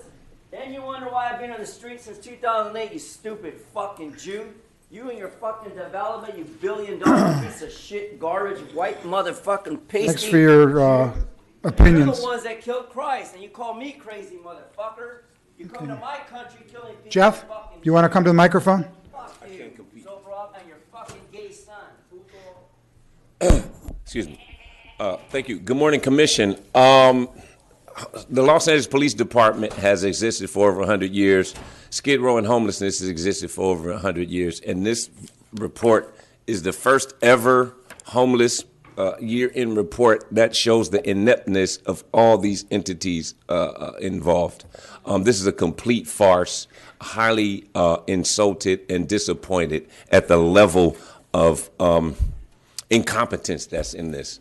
Start with, when you talk about the numbers, there's no way to cross-check. There's no way to, fact-check any of this. We're just taking whatever they're saying at face value. I know Peter Lee, I know Addy, I know Commander Choi very well. They're familiar with me. But, they could say there's 23 Santa Clauses got stuck in chimneys December of 2017, and you all are just taking it at face value. How do we know that that's true? Where's the process of us to cross-check, to check any of this? It doesn't exist. So basically, you can render this worthless. This is a worthless document. They're just making up numbers. It defeats the whole purpose. So, John Doe number 35 could be homeless, he could be mentally ill and in Skid Row, and one contact with LAPD department, and then all these stats, because as they said, it's data driven. So then the HOPE team, the RESET team, the MEU unit, the SMART team, CENTCOM, C3, all these numbers, all this data is collected from one interaction with one guy. Lasse's numbers, it's all a farce. If you want to talk about, something that can help, the LAPD could have identifiers. The HOPE team could have a patch. RESET could have a different patch. There's a lot of different things that could be done. But this right here is just a complete farce, and I don't even understand what the process is. Thank you, Jeff.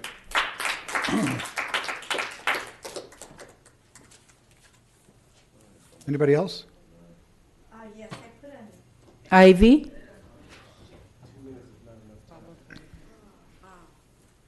Y'all spoke for so long. I mean, we should have a public comment from each of you. I'm not ready. Do not start my clock. Yeah, we are starting the clock. Okay, well, I'll keep going. Where to begin? I mean, I don't even understand why LAPD is involved in this crisis that we're facing. You guys call it Operation Healthy Streets. We call it Operation Fascist Fleets. That's what we see out there. I'm thinking about Wolf, who lives on the boardwalk in Venice. You threw away all of his artwork. For what reason? You took some of his stuff to the bin and told him he could come pick it up.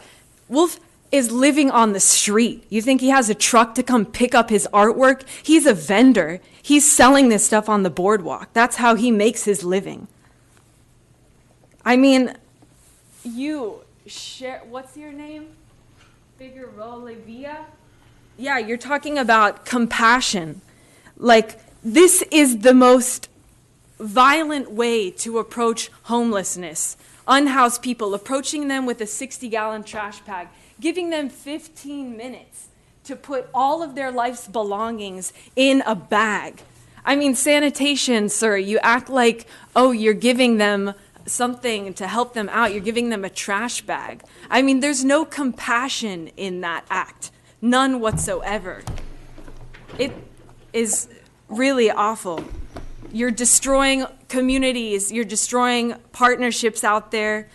I don't understand why LAPD is involved at all. We do not want you out there.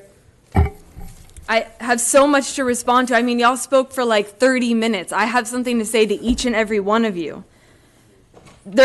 I don't understand why you're focused on de-escalation. That's not what I see out there on the streets during these street sweeps.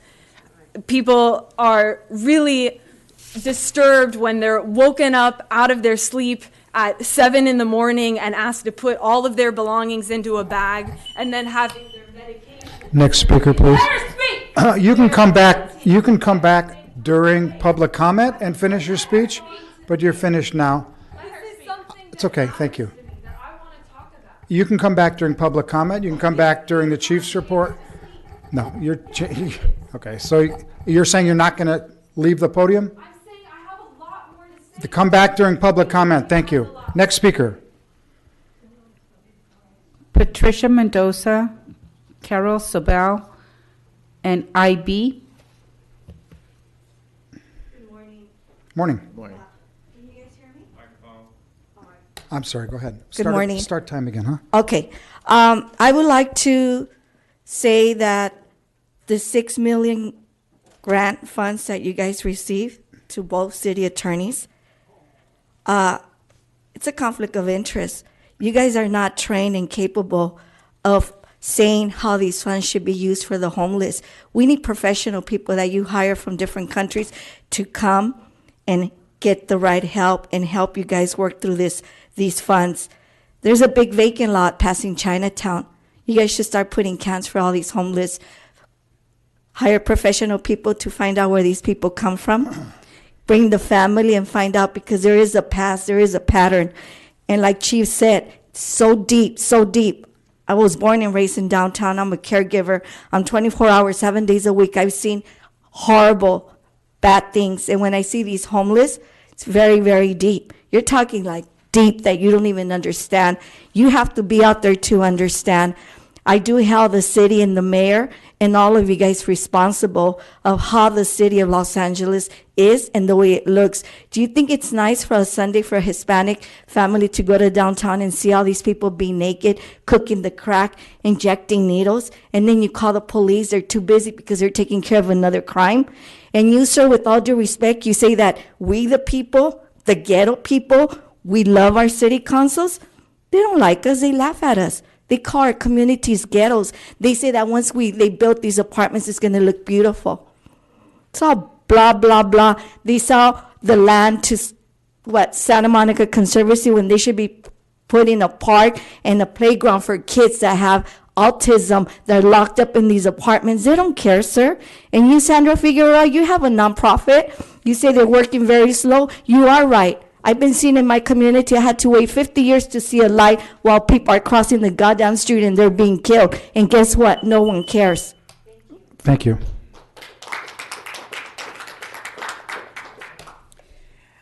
Good morning. My name is Carol Sobel. I think most of you know me or know of me. I've just spent 10 days in Orange County in the Santa Ana Riverbed, where there was a very different response to the issues. I think there are lessons there, but I also want to comment on what I heard today because in addition to suing you all, my office coordinates 2 clinics for citation defense, both one in Venice, one in Skid Row. We handle probably about 12% of the citations that are issued. I have never once, and no one in my office has reported seeing anyone from the city attorney in Santa Monica, where all the Venice citations go, or in the Metro Division, where we go for citations. No one from the HART program. We have a very different experience. I think that you judge effectiveness against how much something costs. And a few years ago, you may remember, some of you, that Miguel Santana, in response to a request from the council, published a report on how much the city had spent on homelessness. It was $750,000 for the fees in Jones versus City of Los Angeles, $5 million in services, and $100 million in police suppression. From everything I've heard today, it sounds, although I know that we are spending more on services, we are still spending at least that, if not more, on police suppression. And the question has to be whether that is an effective use of money. I think it's not. 5611 and 4118D. I do not understand why over 2,500 citations were issued for 5611 violations this year. If you take somebody's property, it's over. You don't need to cite them as well. What is gained by that, other than the person being then trapped in the criminalization system and the officers having to spend time going to court? Nothing is gained. Thank you, Carol.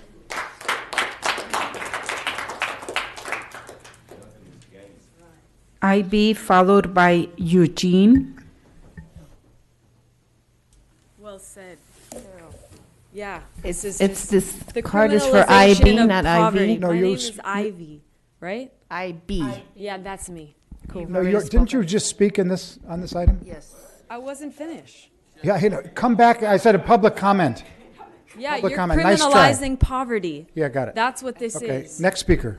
Throwing Eugene? away instruments, medication, water. I've Who's next? seen your forces. No, you can't do that, but do you want to stay in the room? Then just, why don't you go sit down and then come back for public comment? Otherwise, you can leave, either one. You can't do that. You can't do that. You can't do that. Okay, next speaker. Eugene.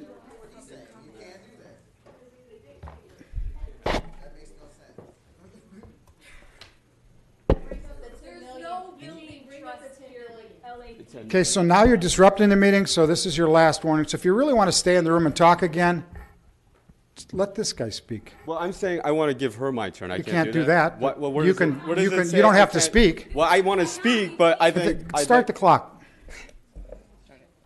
Yeah.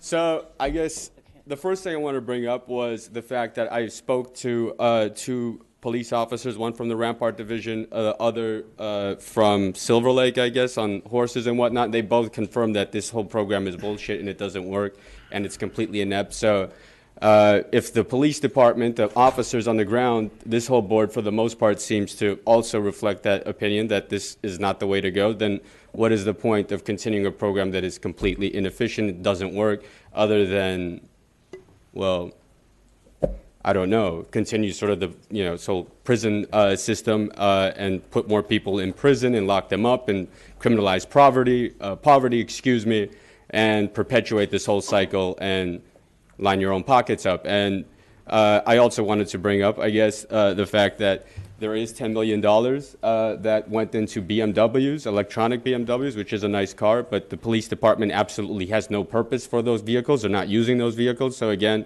why are those vehicles in your possession? Why do you guys even purchase a vehicle that you're not going to use? But I'll let you guys answer that whenever you have the chance to. It seems like a lot of these questions that are brought up and a lot of these points that are made are never addressed. It's just sort of patting yourselves on the back, and I think the public would like to know some sort of solutions to why none of these important questions are ever addressed or asked, why there is never any resolution to any of these problems. And I wanted to sort of piggyback on what he said, and it seems like the system isn't broken. The system is doing exactly what it was intended to, because my guess is that most of you are still making the same amount of money, if not more so, by being on this board. And so if you're not here to actually address any of these problems or do anything about these problems, then what is the whole purpose of your guys' existence and actually helping the community? Or if that even your purpose at all? Like, are you supposed to help the community? Or Next speaker, please. Michael Williams, followed by Greg Spiegel. Michael?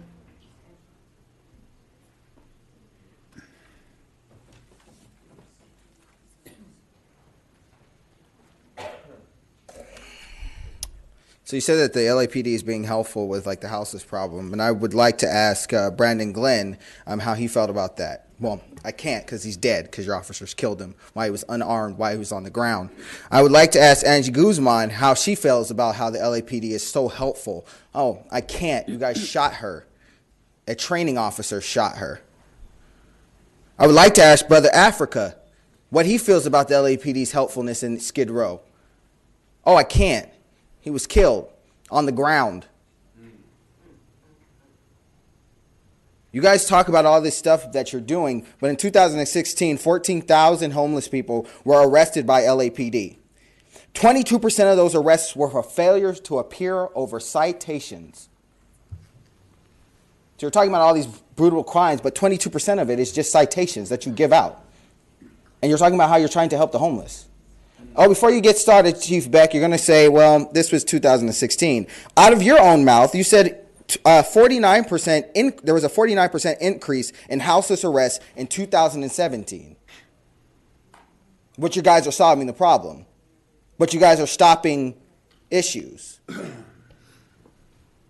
So, Chief Beck, when you tell people to stay out of your way, no, the LAPD needs to stay out of our way, because you've spent over 53.6 million and $87.3 million on homeless interaction.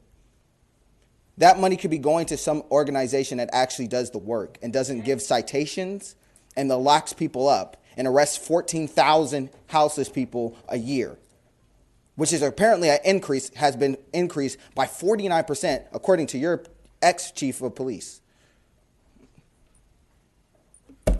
You can't argue with facts.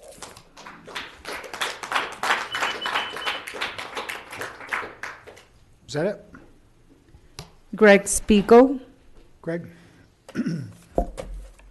Hi, I'm Greg Spiegel with Inner City Law Center. As has been said, homelessness is a poverty and a mental health and a housing problem. It's not in and of itself a criminal problem. We know what interventions work on homelessness. It's social workers, it's mental health workers, it's housing navigators, it's outreach. Yet we Angelenos expect the LAPD to solve the problem that is not at root a criminal problem. It's not what the LAPD was designed to do. And rather than trying to remake the LAPD to address homelessness, we need something else. We need an emergency responder that responds to mental health crises, to poverty crises, to social work crises. There's a big gap in our emergency response, and we have to stop turning to the LAPD and expecting them to do it. And this is not meant as a critique of the LAPD. I am not good at many things, many things. A Swiss Army knife cannot do everything. It does a lot. It's the same with institutions, and it's the same with the LAPD. Let's let the LAPD do what it does and build an emergency response that's designed for homelessness. Thank you. Thank you, sir.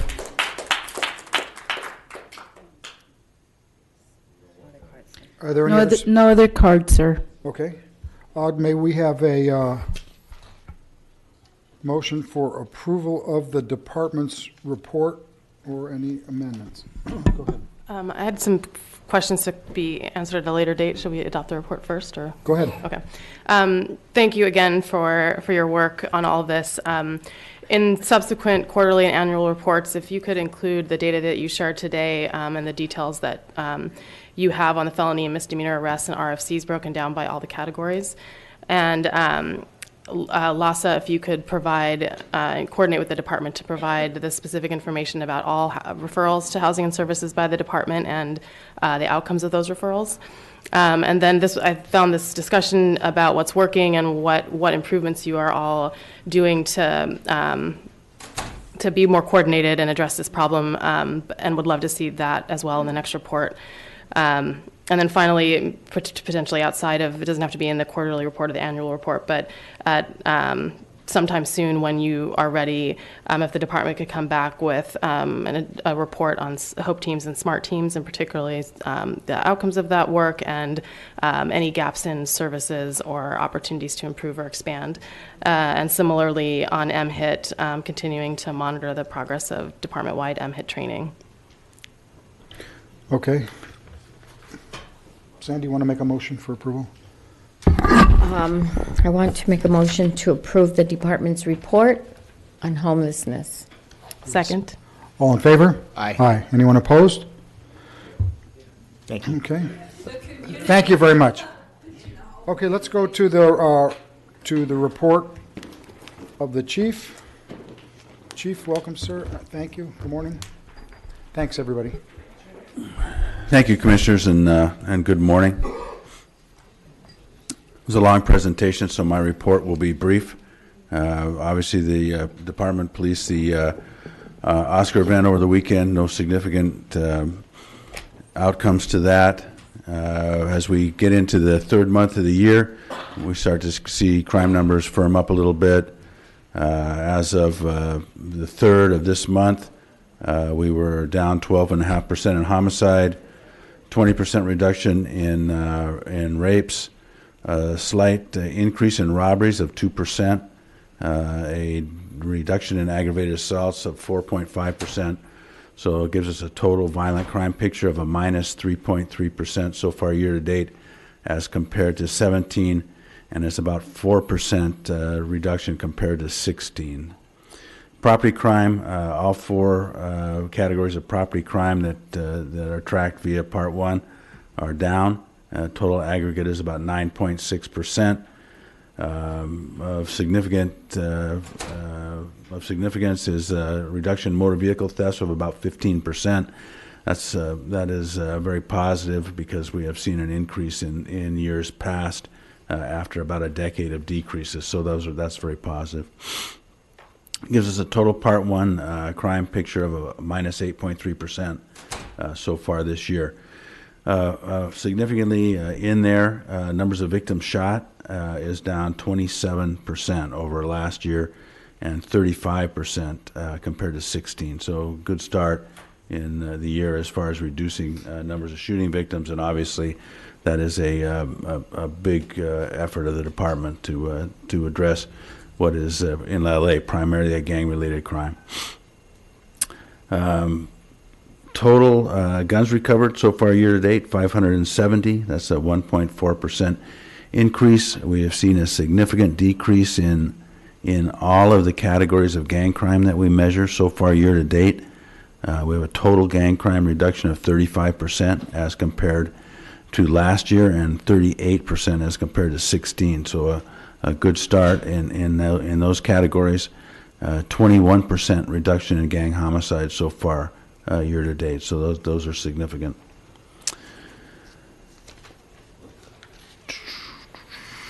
Traffic collisions, about a 1% increase in total traffic collisions in the city of Los Angeles. Of significance, we have a 17% reduction in fatal traffic collisions. That's 38 so far this year to date as compared to 46 last year. Driving under the influence is also reduced.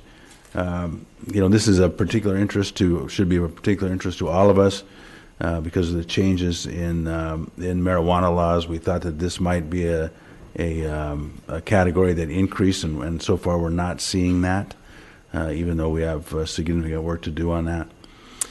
Hit and runs are down about 20% in total as compared to last year. and fatal hit and runs are also down significantly. Motor vehicle versus pedestrian accidents, which of course are a huge issue because of their lethality, are down about 9%, down about 7% in total, and 24% in fatalities, and that's 22 as compared to 29.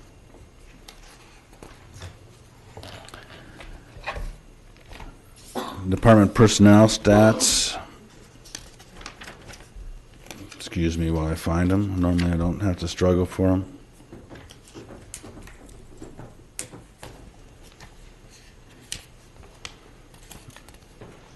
Well, actually, they didn't make it to my book. So, actually, I report on these all the time. As you well know, we're over 10,000 sworn, about 2,800 civilian, 400 reserves, and about 1,800 young people in our cadet program. And that concludes my report. Thank you, Chief. Do we have public comments on the Chief's report? Yes, sir. We have 6 cards. Okay. General Jeff. Jeff. Philip Malik. And Mr. Herman.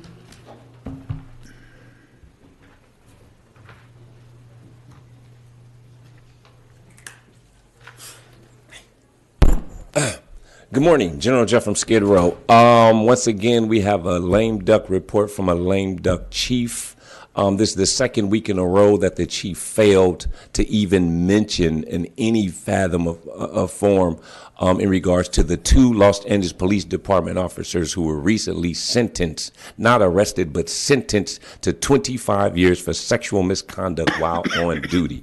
You know, that needs to be spoken to by whoever's in charge. If this chief doesn't want to do it, maybe the next chief will. We, the people, we requested someone to speak to this last week when it freshly broke the day before, and here it is the second week in a row, and we still have yet to hear anything from this lame duck chief. You know, now we put this before this commission. We, the people, want to hear, speak to that. I don't know. Were they minors? Was it a matter of prostitution? It was while on duty. Was it, you know, this taxpayer money was involved. The taxpayers are owed a statement, which this chief isn't doing, what this commission is supposed to hold the chief accountable. This is the second week in a row, and we're officially requesting that. In regards to the chief's other stats and data, it's the same thing as this homeless report that just happened. There's no way to filter out duplication. How do we know that it's not the same numbers being used in different statistical categories? It's, you know, while the stats, the data is just driving up numbers, but we can't. How do we know there's not duplicate numbers anywhere on any in terms of one person that qualifies for multiple categories? You know, there's a lot more that could be done from this commission. There's a lot more that we expect from the police chief's reports. Please do as such. Thank you. Thank you, Jeff.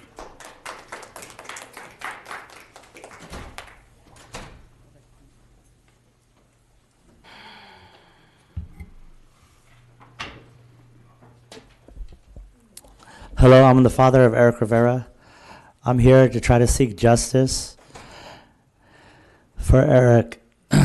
It's important to tell you that Eric was simply just walking down the street. He wasn't doing nothing wrong. And your police officers just rolled up on him in a tactical manner. And due to their negligence, the whole scenario happened because of their negligence. So if you're launching a car at somebody and at the same time you're drawing down on them, telling them, hey, don't move, but a car is launched at you, you have to move because you have to get out of the way. So they created the scenario of killing Eric, shooting him 7 times, and running him over with a police cruiser, which they launched at him.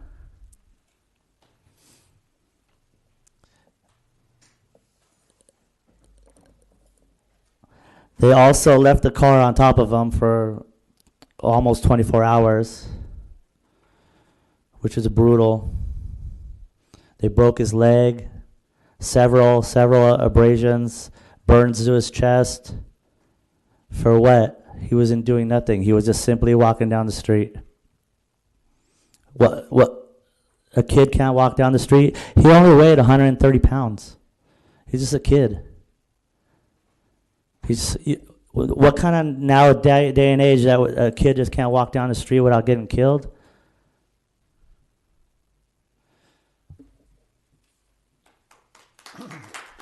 He's not here, so next speaker.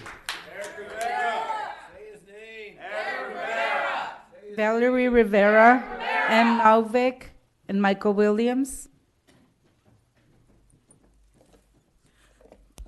Okay, I'm going to try to get through this without crying today. You all know why I'm here.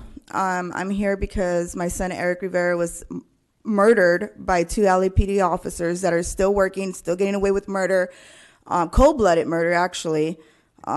Today marks 9 months that my baby was taken from me. 9 months he's been gone, and I have yet to understand why these officers are still working, why you feel like they should be. I don't understand why I don't get an answer to why these officers are still working.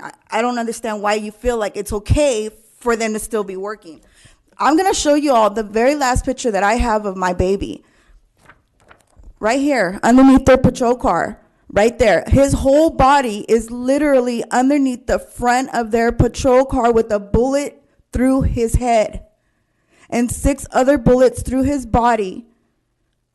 That's him. The left front of their tire is centimeters away from his face. His face. They left him like that for 12 hours. And this is a picture from somebody, a normal person living that lives in Wilmington, that walked and seen him. They had him exposed like this for 2-3 hours before they put a tent over him, exposing him to my community, my city, where my family, where my friends live, where he lived. For what? To prove a point? For what? Those officers should be ashamed of themselves. For what? For what? For fucking what? A fucking water gun? A water gun! A squirt gun! This is it. This don't look like a fucking real gun. It's a plastic toy gun that you can get at any fucking liquor store. Any liquor store. A toy gun. I'm not done. I think I have another comment. I'll come back up again to finish this. But it's just frustrating to know that these cops are still working. These cops aren't even getting a slap on the hand for this shit. Under the car. 20 years old, under the car. And they're letting these cops work and get away with murder. This is our last photo. My last photo of my baby. This is the only thing I got of my baby now, of my last photo. How traumatizing is this? I am so traumatized. You know how hard it is for me to see these old ass LAPD fucking cars still working, still driving these streets? I panic. I am traumatized with looking at these damn cars. I have to sit there and see, well, let me see what the number is on top of these patrol cars. Maybe that's the car that fucking ran over my kid. That's ridiculous. What are you guys going to do about these officers? She's like, what the hell what are you guys doing about, what are you guys doing? This was your kid. They hit him enough to knock him out of his shoe. These are the pictures I have. What pictures do you guys got? I'm sure you guys got probably more brutal pictures of my baby with a gunshot wound to his head. These are my pictures I got. I've had to learn to numb myself from this. That's sad. I've literally, at first it was so hard to see this picture, but I have literally numbed myself to this, to witness this. That's why I fight so hard for my baby. That's why I am just so devastated that you guys are allowing these 2 cops to still work and collect a paycheck and go home and live a life, and when really they shouldn't be. They should be suffering. They should be really thinking about what they did. I don't know. I'm not going to stop. My baby didn't deserve to die like that. I don't know what more I got to do to get some answers, but Where are you guys at with his case? it's 9 months. 9 months. 9 months. 9 months. You guys at with his case? Next speaker, please. M. Novick. It's cool. Those cops are going to have their fucking day in court. They're going to have their day in court, and if they don't fucking get held accountable for it, I swear to God, I am holding all of you guys accountable for this shit. This is not fair. It's not right. Jackie Lacey, I'm coming after her fucking ass too. Because he's the devil. Go ahead. You want to start the clock, please? Sorry, how can you be like that? Put yourself in our shoes if you lost your kid. Just think about it for a second. Put yourself in our shoes. What would you be feeling? What would you be doing? You'd be doing the same thing too. Just think about our loss. That's all. Put yourself in our shoes. As we have told you many times, we are sorry for your loss. You know, you ask, you come to every. If you want me to answer, I will answer, but I won't be interrupted. You interrupted your whole life. You fucked up my relationship. My boyfriend thinks I'm the cause of LAPD murdering Eric. Are you kidding me? Are you joking me? Is that a threat because I interrupted you? Do you want an answer to the question or no? I have a right to hear a statement too. Yeah, so let's hear.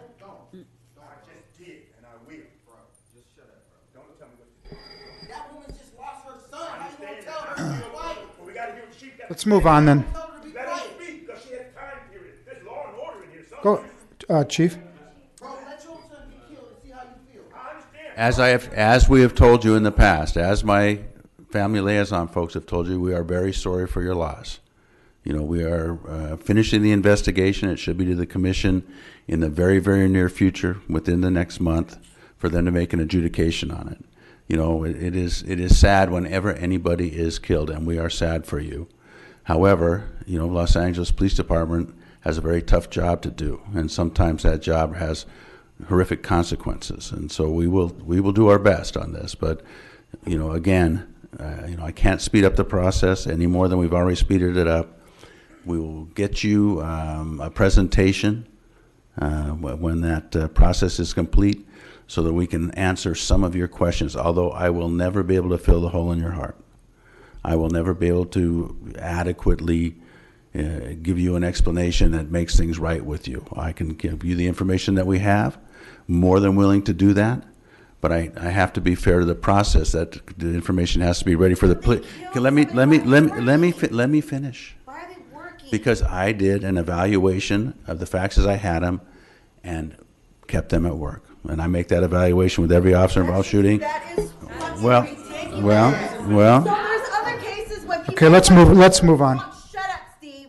Let's move when on. other people do something terribly wrong, and these cops do something wrong, they get fucking their job put on hold, administrative leave, paid leave, whatever the fuck it is. They shouldn't even be getting paid for this shit. What if they go and kill somebody else? They're obviously incompetent officers. Well, you know, that is obviously your opinion, but that is not mine. That is not my opinion. Okay, next speaker. Let's go. Let's start the clock. Maybe I could put you on the fucking lawsuit too, because you ain't doing your fucking job. I'm glad you're leaving. I am glad, and it's a shame. You can fill out a public speaking card. You have another chance. Go ahead. It's a fucking shame. Novik? I have a little sense of what Eric's mother's going through. My stepson was killed in a motorcycle accident 10 years ago, crashed into a search and rescue vehicle on the Angela Crest Highway. He was medevaced out immediately. They didn't leave his body under the vehicle that he crashed into for 12 hours. So I think it's shameful, Chief Beck's response. I think it's shameful that Chief Beck is still here. She has been fired long ago, and he should quit right now, not hang around to avoid having to appoint an interim chief who might respond to the community. I will say that the reference is made to the two officers who copped a plea and were sentenced to 25 years in prison, actually indicted and convicted by Jackie Lacey, who has never seen a police murder that she didn't consider a justifiable homicide, finally acted against two of them. And if you don't know the circumstances, they took turns acting as lookouts while one raped the women inside the police vehicle, and then they took turns on somebody else 27 times. So that's a pattern and practice that represents what this man is responsible for as the chief. The fish rots from the head, and the buck stops there, and he's responsible for that murder, and he's responsible for those rapes, and so are you. Next speaker, please. Michael Williams, Chris R. Tillman, and Ms. Patricia Mendoza. Are those the final three on this? Mr. Yes. Williams, let's start the clock again, please. Thank you. I had something like really like smart to say, but then like Charlie Beck started talking, and literally like your answer to this woman is ridiculous. Like, how can you say that someone who doesn't know how to park their car when they get out of a vehicle and run somebody over that they just shot is able to continue to be on the job? How does that make any sense to anybody? Only to you, because you protect, again, as you say, quoting you. Because he feels like my kid deserves to fucking die. Right. You protect your officers like the vest on their chest. So it didn't matter what they did. It don't matter who they killed or how they killed them. You gonna protect your officers, right? That's why I'm glad you're gone. I don't even know why I'm talking to you.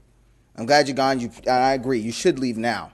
You should just give up and leave now and appoint somebody who's actually going to do something about all these murders in Los Angeles. You guys seem like you're comfortable and happy being the leading police force in murders in this United States, which has over 1,000. And you guys are the top of that 1,000, leading the charge. You guys seem very okay with that. You guys, well, you know, we're killing the most people in the United States. That's great. At least we're leading something. That seems okay with you guys. That seems like that's something that you're proud of. And you don't seem to have any sense of urgency or any sense of responsibility to do anything about it. And that's the crime, is that you guys seem like you don't care. That you're just happy with having over the amount of people that you have killed this year. You're happy to have her son dead. You're happy to have other people's families we've been sitting in here year after year, time after time, listening to y'all approve people's death. Who's next? And y'all seem happy about that. Y'all seem good about that. Chris Tillman.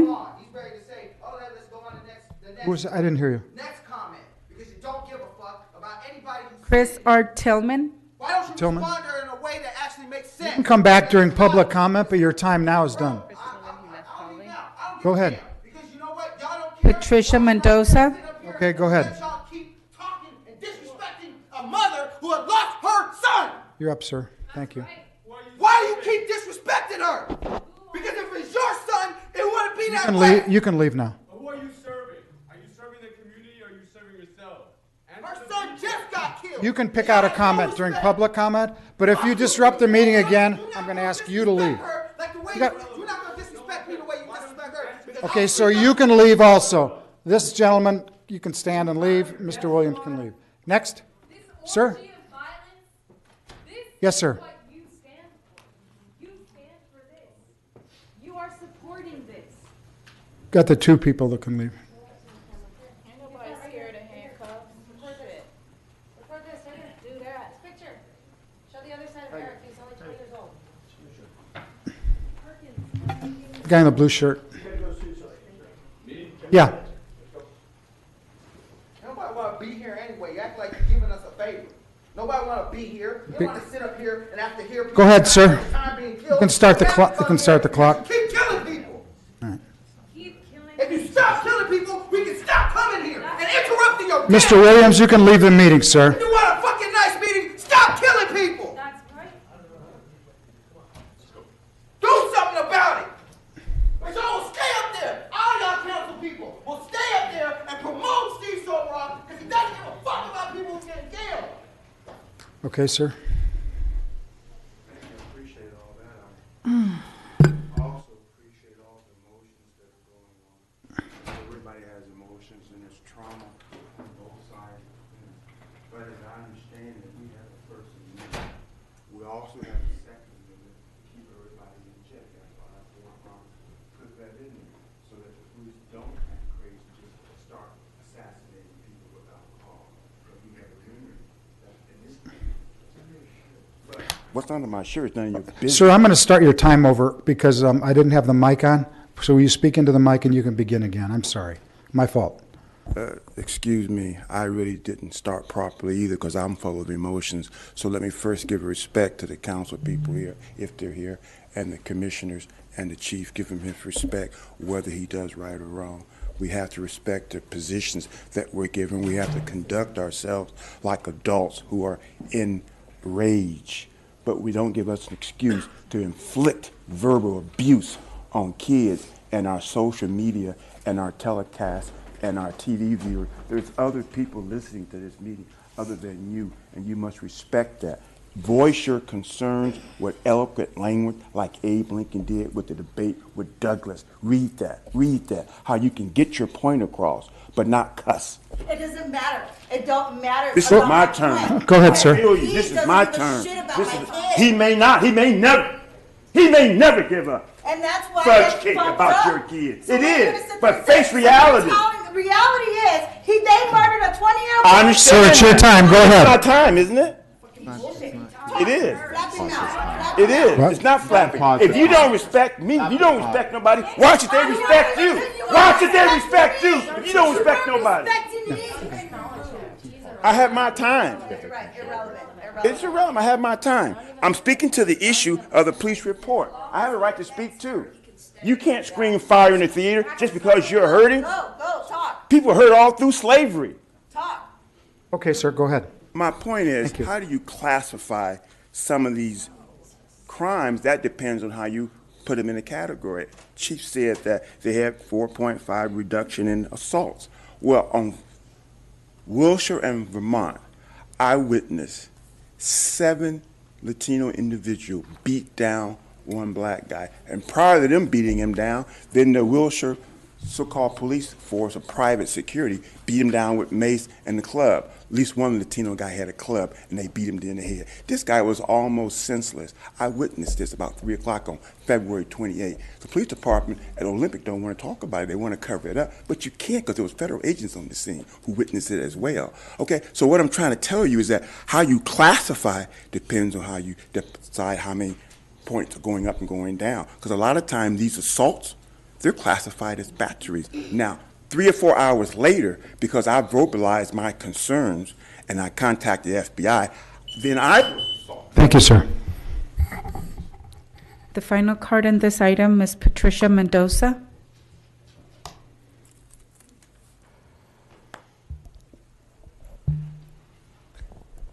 Hello again. I don't like to be rude, Officer Beck, but I have to exercise my freedom of speech. At the end of the day, you chose this job, and the mayor put you here, and you guys responsible what's going on. I'm not stupid. I grew up in the streets, and there's evil son of a bitches police officers that I can tell they done evil shit since they were little, because I grew up with these kids. They're basically lynching what they used to do with black African people and slaves and different people all over the country. But we're living a different time and a different way of doing things now. Okay, there's no excuse. And I would like to share with the public, my son is 24 years old, and he told me not too long ago, he said, Mom, sit down, I want to talk to you. He said, if one day I die, I don't want you to have a funeral and invite all these people and cry for me. And I say, why, Kevin? He goes, because I'm going to be so happy. I'm going to be with God and I'm going to be in heaven. And if I had a choice to come back, I wouldn't want to come back because it's going to be in a beautiful world with God and Jesus. But there's no excuse for these son of a bitches, sergeants, watch commanders, supervisors. You know very well, Officer Beck, with all due respect. They're racist motherfuckers. They're evil. I've been going to the Rampart for more than 30 years. They're mean and evil. And at the end of the day, we're all going to get sick, have a heart attack, and get old. And our kids are going to put us in a convalescent home. And guess what? Who's going to change us Pampers? Who's going to bathe us? The Hispanic, the Mexican people. You guys all need to be reminded. And I'm going to remind you, you guys have the power to make a difference. The city of Los Angeles, you're not protecting me and serving me. I don't know if you're working for the devil or your employees. Look at the city. It's not the beautiful Los Angeles. The city of the devil. Thank you. Okay. We are now on item number 4, public comment period, and we have 13 cards. Okay. Ms. Patricia Mendoza, Philip Malik, and Ms. Paula Minor.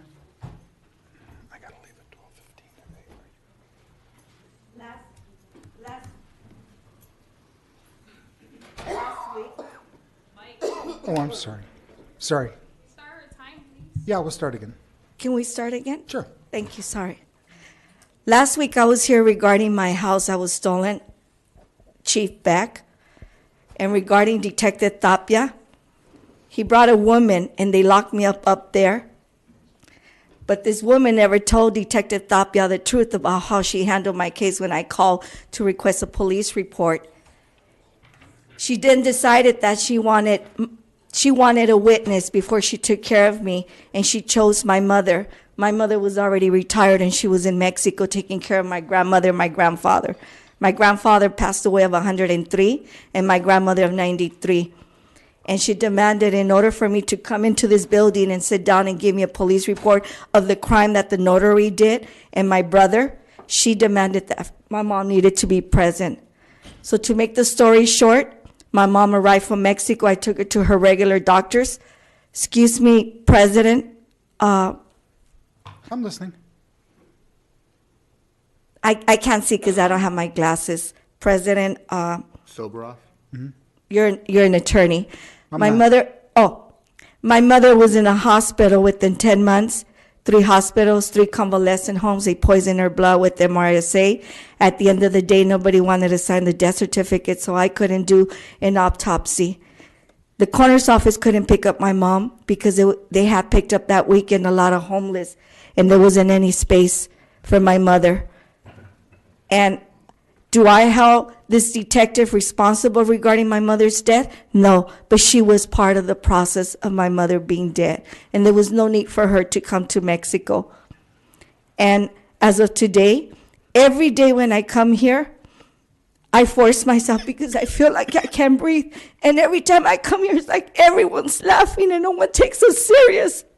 But I'm gonna fight, and I'm not gonna break. I'm not gonna break or fall into depression. Thank you. Thank you. Philip Malik.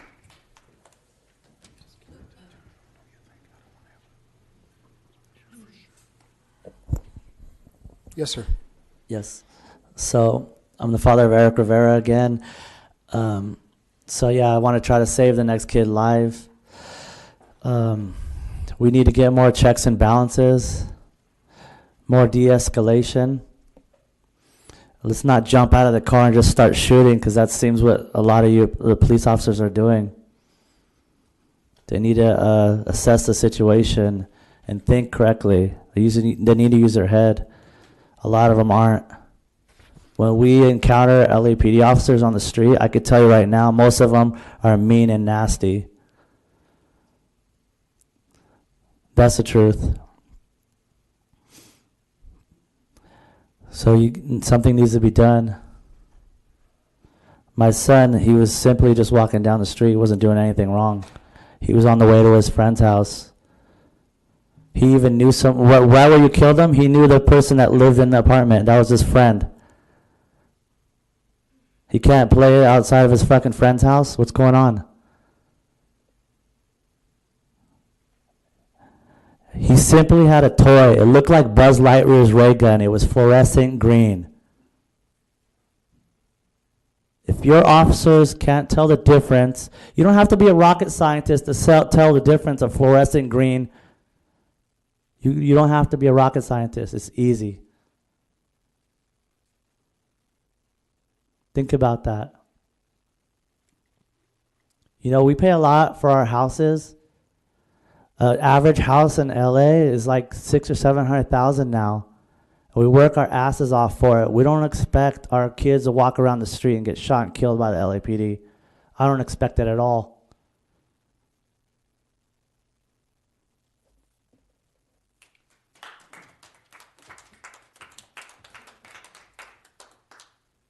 Who's up? Paula Miner.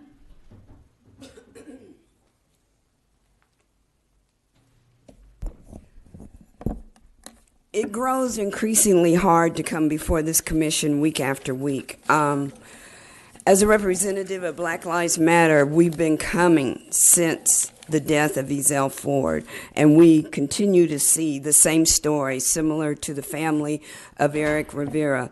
But we're going to keep coming. We know that you don't want us here. We know that you don't want us to question what goes on here. But we also know that this is a public entity. Unless members of the community forgot, you are all political appointees.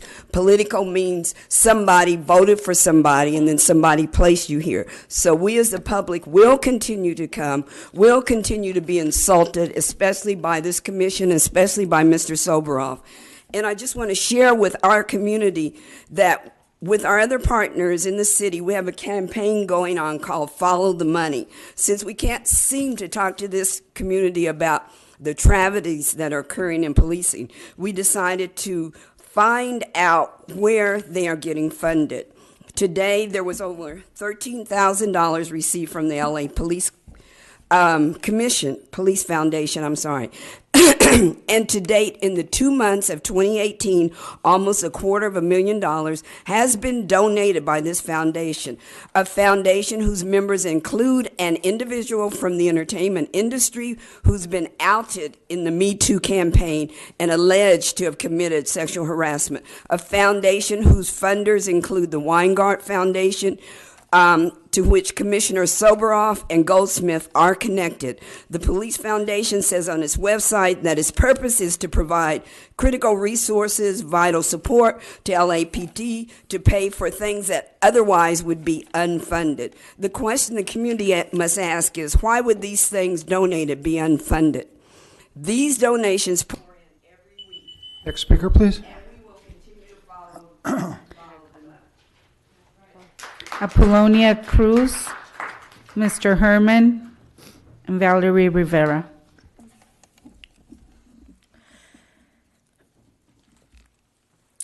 Good morning. I'm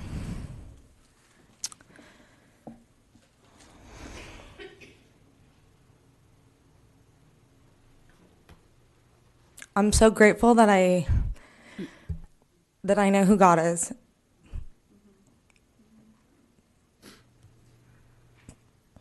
I truly am.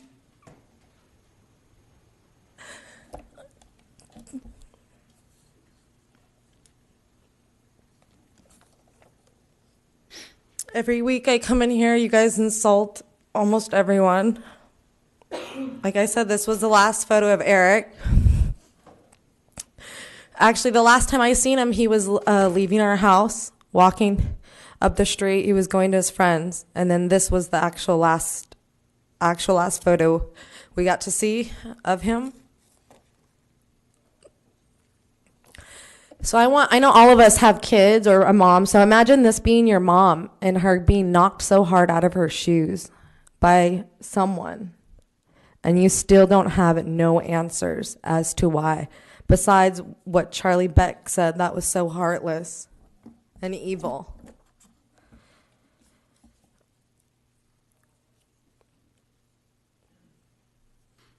I'm not asking you guys to fill a hole that you guys ripped out. I'm not asking for you guys to do that. I'm just asking for a change.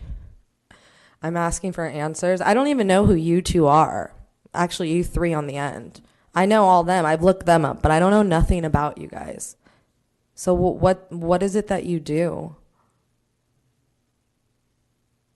Michael? Mark?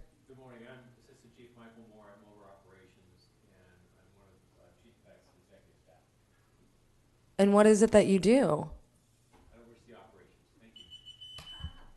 Next speaker, please.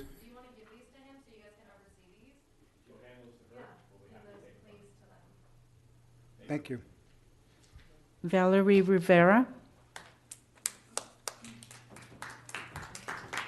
Followed by Mr. Juarez. Wow, I'm just so amazed by Charlie Beck. He is really one cold, heartless piece of crap. I'm just glad that I finally got something today. I got something. At least he finally fucking admitted that it's because of him that these cops are still working. I'm just glad I finally pulled it out of him, because he kept on trying to sit there and stay quiet, but I knew it was because of him. I hope that you all are not as cold as he is, because what he just told me today just proves to me that he is going to try to get away with this shit. He's going to try to get away with these cops, getting away with murder, and it's not right. I'm glad he's gone. I want somebody else to get on my kid's case. Fuck, I'd rather have you do it, because Charlie Beck is a piece of shit. I'm just glad that I got something today. I'm glad that he fucking finally told me, yeah, it's because of me that those officers are still working. Yes, it's because of me that I feel that those cops are still capable of working. So, you know, God be with him, because God's the only person he's got to answer to at the end of his life. You know, I don't even want to pray for him. I don't, you know, because I don't think it's going to help him. I mean, I may pray for all of you, because, you know, you guys have at least given me a little bit of respect. But I don't know. I just want those cops to be held accountable. I want them off the streets. I think they're incapable of working, and they shouldn't be collecting a paycheck as an LAPD officer. So thank you for today. Have a good day, okay? You too. Mr. Novick, Chris R. Tillman, and Aisha C. I guess Mr. Novick? Keep going. Mr. Novick,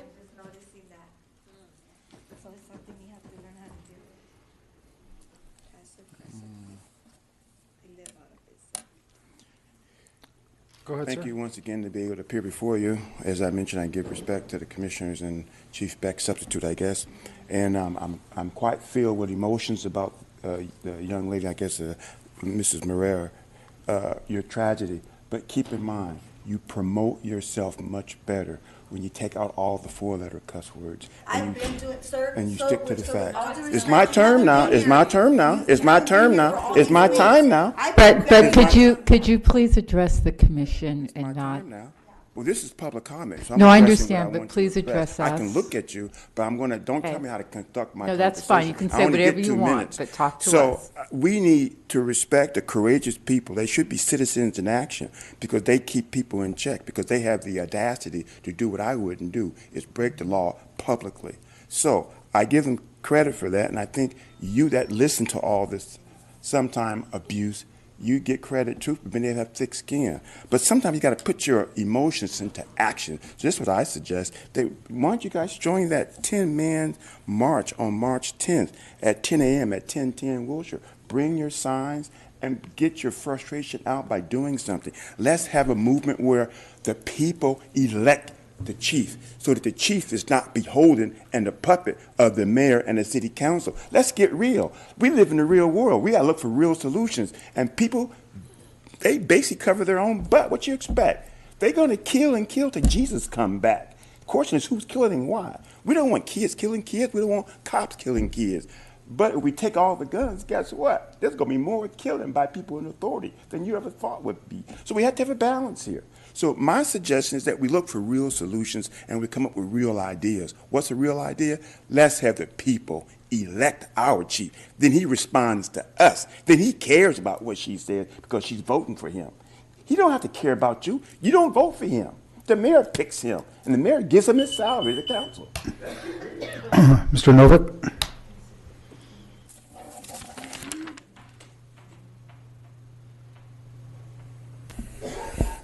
I got here late this morning because I went over to the city council meeting, which was voting on your recommendation that they accept the money from the police foundation for the drones for the SWAT team. And I could see that your dereliction of duty is rippling out through the rest of the city government because they refused to accept any public comment on the proposal at all at their meeting. And in their agenda, they said that the recommendation came to them from you with no analysis of the fiscal consequences for the city and no analysis of the community impact. And that's on you, although it's on them for approving it without those things, because there will be a fiscal impact of buying drones and providing them to SWAT. as you have recommended and they have now acted on, because there will be lawsuits against you for invasion of privacy and for false identifications by these drones.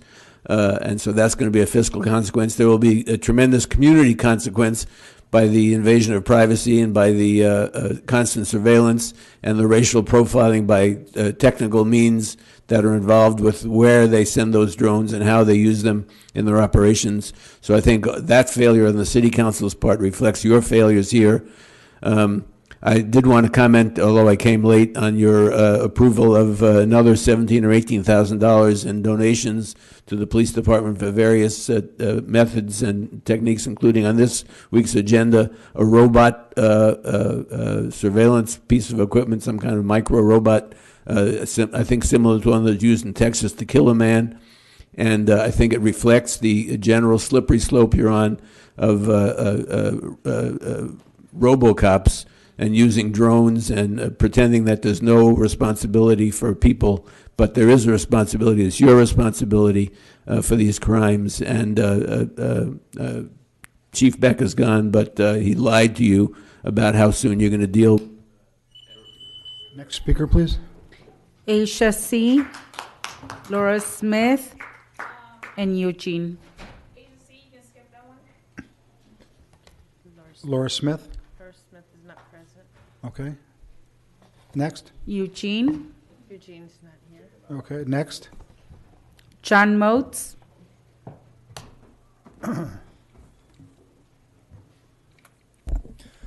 Yeah, I want to make another note on how these meetings are run, and talk about institutional accountability, and especially in regards to Eric's family. So I hear so many times at these meetings, I mean, they're usually just love fest. Someone presents, everyone pats them on the back, tell them all how hard their job is, what great work they're doing. No one ever challenges that narrative. Like, I've done y'all's job. I did 2 deployments. I was a grunt.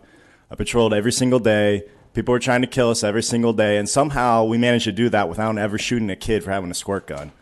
So, and if anyone ever came to us, everyone came to our PB saying they had lost a child, we didn't tell them to fill out a comment card. You know, they would scream at us, swear at us, like, and shit. You know, sometimes we probably did kill them, but we didn't fucking dismiss them. We heard them out. So, like, if you don't want people to come here and yell at you, if you don't want to see grieving mothers, you need to stop killing their children. And if you're going to continue to do that and you're not going to prosecute people, then you're going to get this continuing to happen. We're going to show up and we're going to hold your ass to the fire. And that's just insane to me that this can continue to happen. This like, and on another note, like this whole like blue wall of silence bullshit. When I was in the Marine Corps, someone violated ROE. Someone like shot a kid who was unarmed. We didn't stick up for them. And that pipeline to getting them off patrol to getting them into fucking Leavenworth, that was real short. Wasn't a fucking lot of red tape there. And I want to note too, since we brought up homelessness earlier, you guys got me all worked up, and what the attitude of a lot of officers have around homelessness. So one of your dumbass officers told my roommate at a dinner recently that he wishes there was like human garbage disposal that he could dump everyone in, all these homeless people. This is an LAPD officer. This is how we view homeless people. Human beings.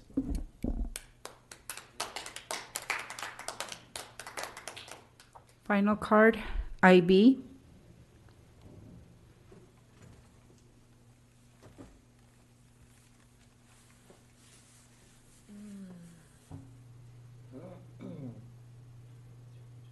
Start the clock, please. I'm just heartbroken. No respect.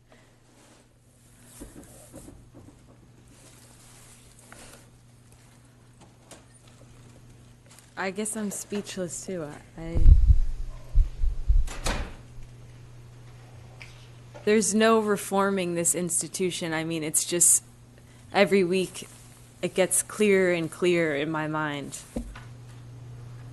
The community has no plan in trusting you. You have not built trust. The foundation of this police force is killing people with impunity.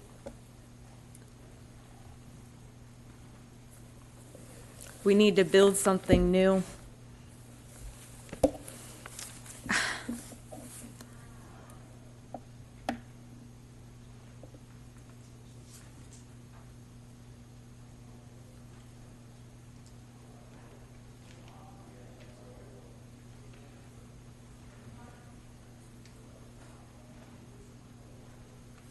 Eric Rivera, say his name. Eric Rivera!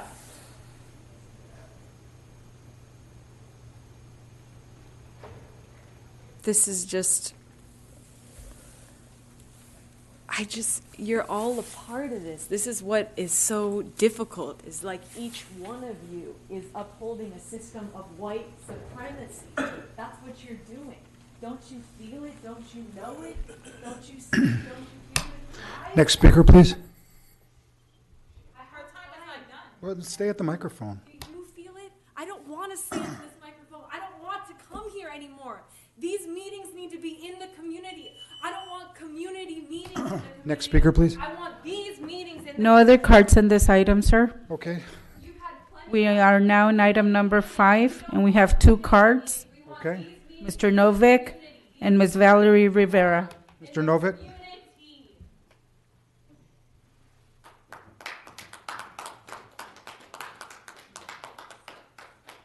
This is on closed session, item number... Yes, 5A1. It's 5A1. law enforcement-related injury. 10 officers involved, including a lieutenant and a sergeant, involved in beating a man so badly that it became something that came up to your level of dealing with it. So week after week, you have 1 to 3 cases like this, beatings, shootings, killings involving 10, 12, 15 officers. You multiply that by 52 weeks a year, you're talking about 600 or more officers out of a force of 10,000 every year involved in incidents that require you to rubber stamp the police department on exonerating them and finding it within. I think that's outrageous, and I don't understand how you can sit here week after week and pretend that you're fulfilling a role as overseers or oversight by the community of the police department when these things go by. Once in a blue moon, you find that one of those killings or shootings or beatings to be out of policy, as you did with one of the officers involved in killing Ezel Ford, and nothing is still done. The police department does nothing about it. Chief Beck sat there and told you that he put these people back into active duty who killed Eric Rivera, and none of you even commented or asked him a question about that further in relation to his comments to the public here. I think it's outrageous. I just can't fathom what you think you're doing.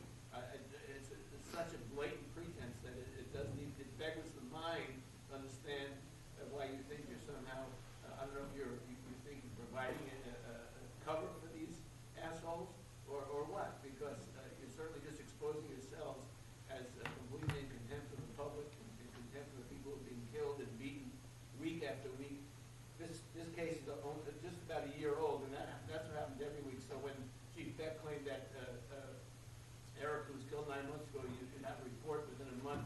That's a lie. You know it's a lie because you're not going to be around until a year after he died. Valerie Rivera.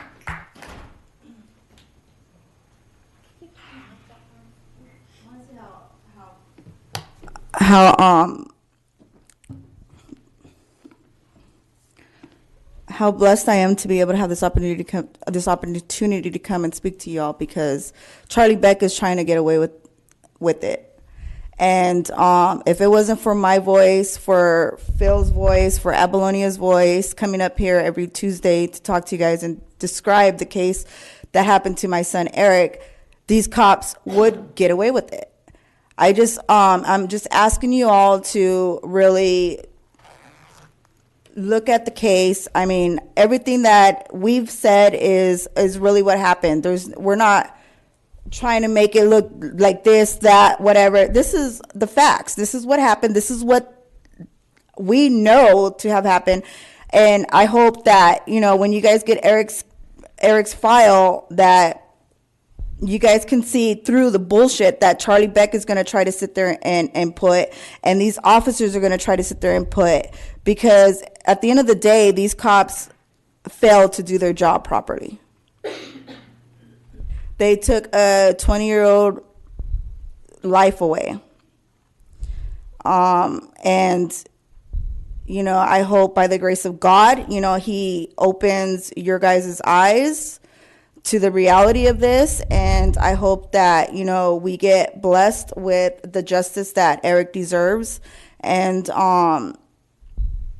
those cops get held accountable, because right now they're not being held accountable and they think they're going to get away with it. But I'm going to keep praying that they don't. And I hope that you guys will help with straightening out this situation with having murderous cops out there on the street. So thank you for you guys' time. I might see you guys Tuesday. Next Tuesday, I'm not sure. I might have to miss a week. But, you know, just thank you and look into it. Thank you. There are no other cards in this item. The Board of Police Commissioners will now recess into closed sessions to discuss item number 5A1 in accordance with Government Code 54957.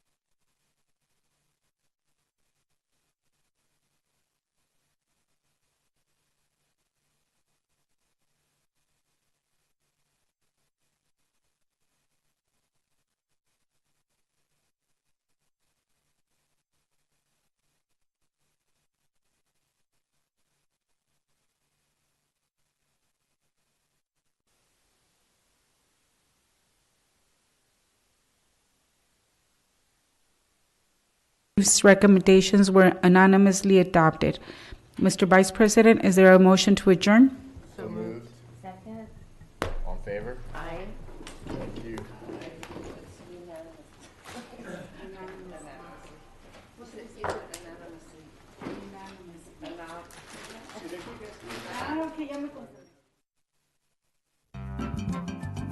Hi, this is Carretero Family. We are from East Los Angeles, Boyle Heights. You're watching Channel 35, our city, our channel.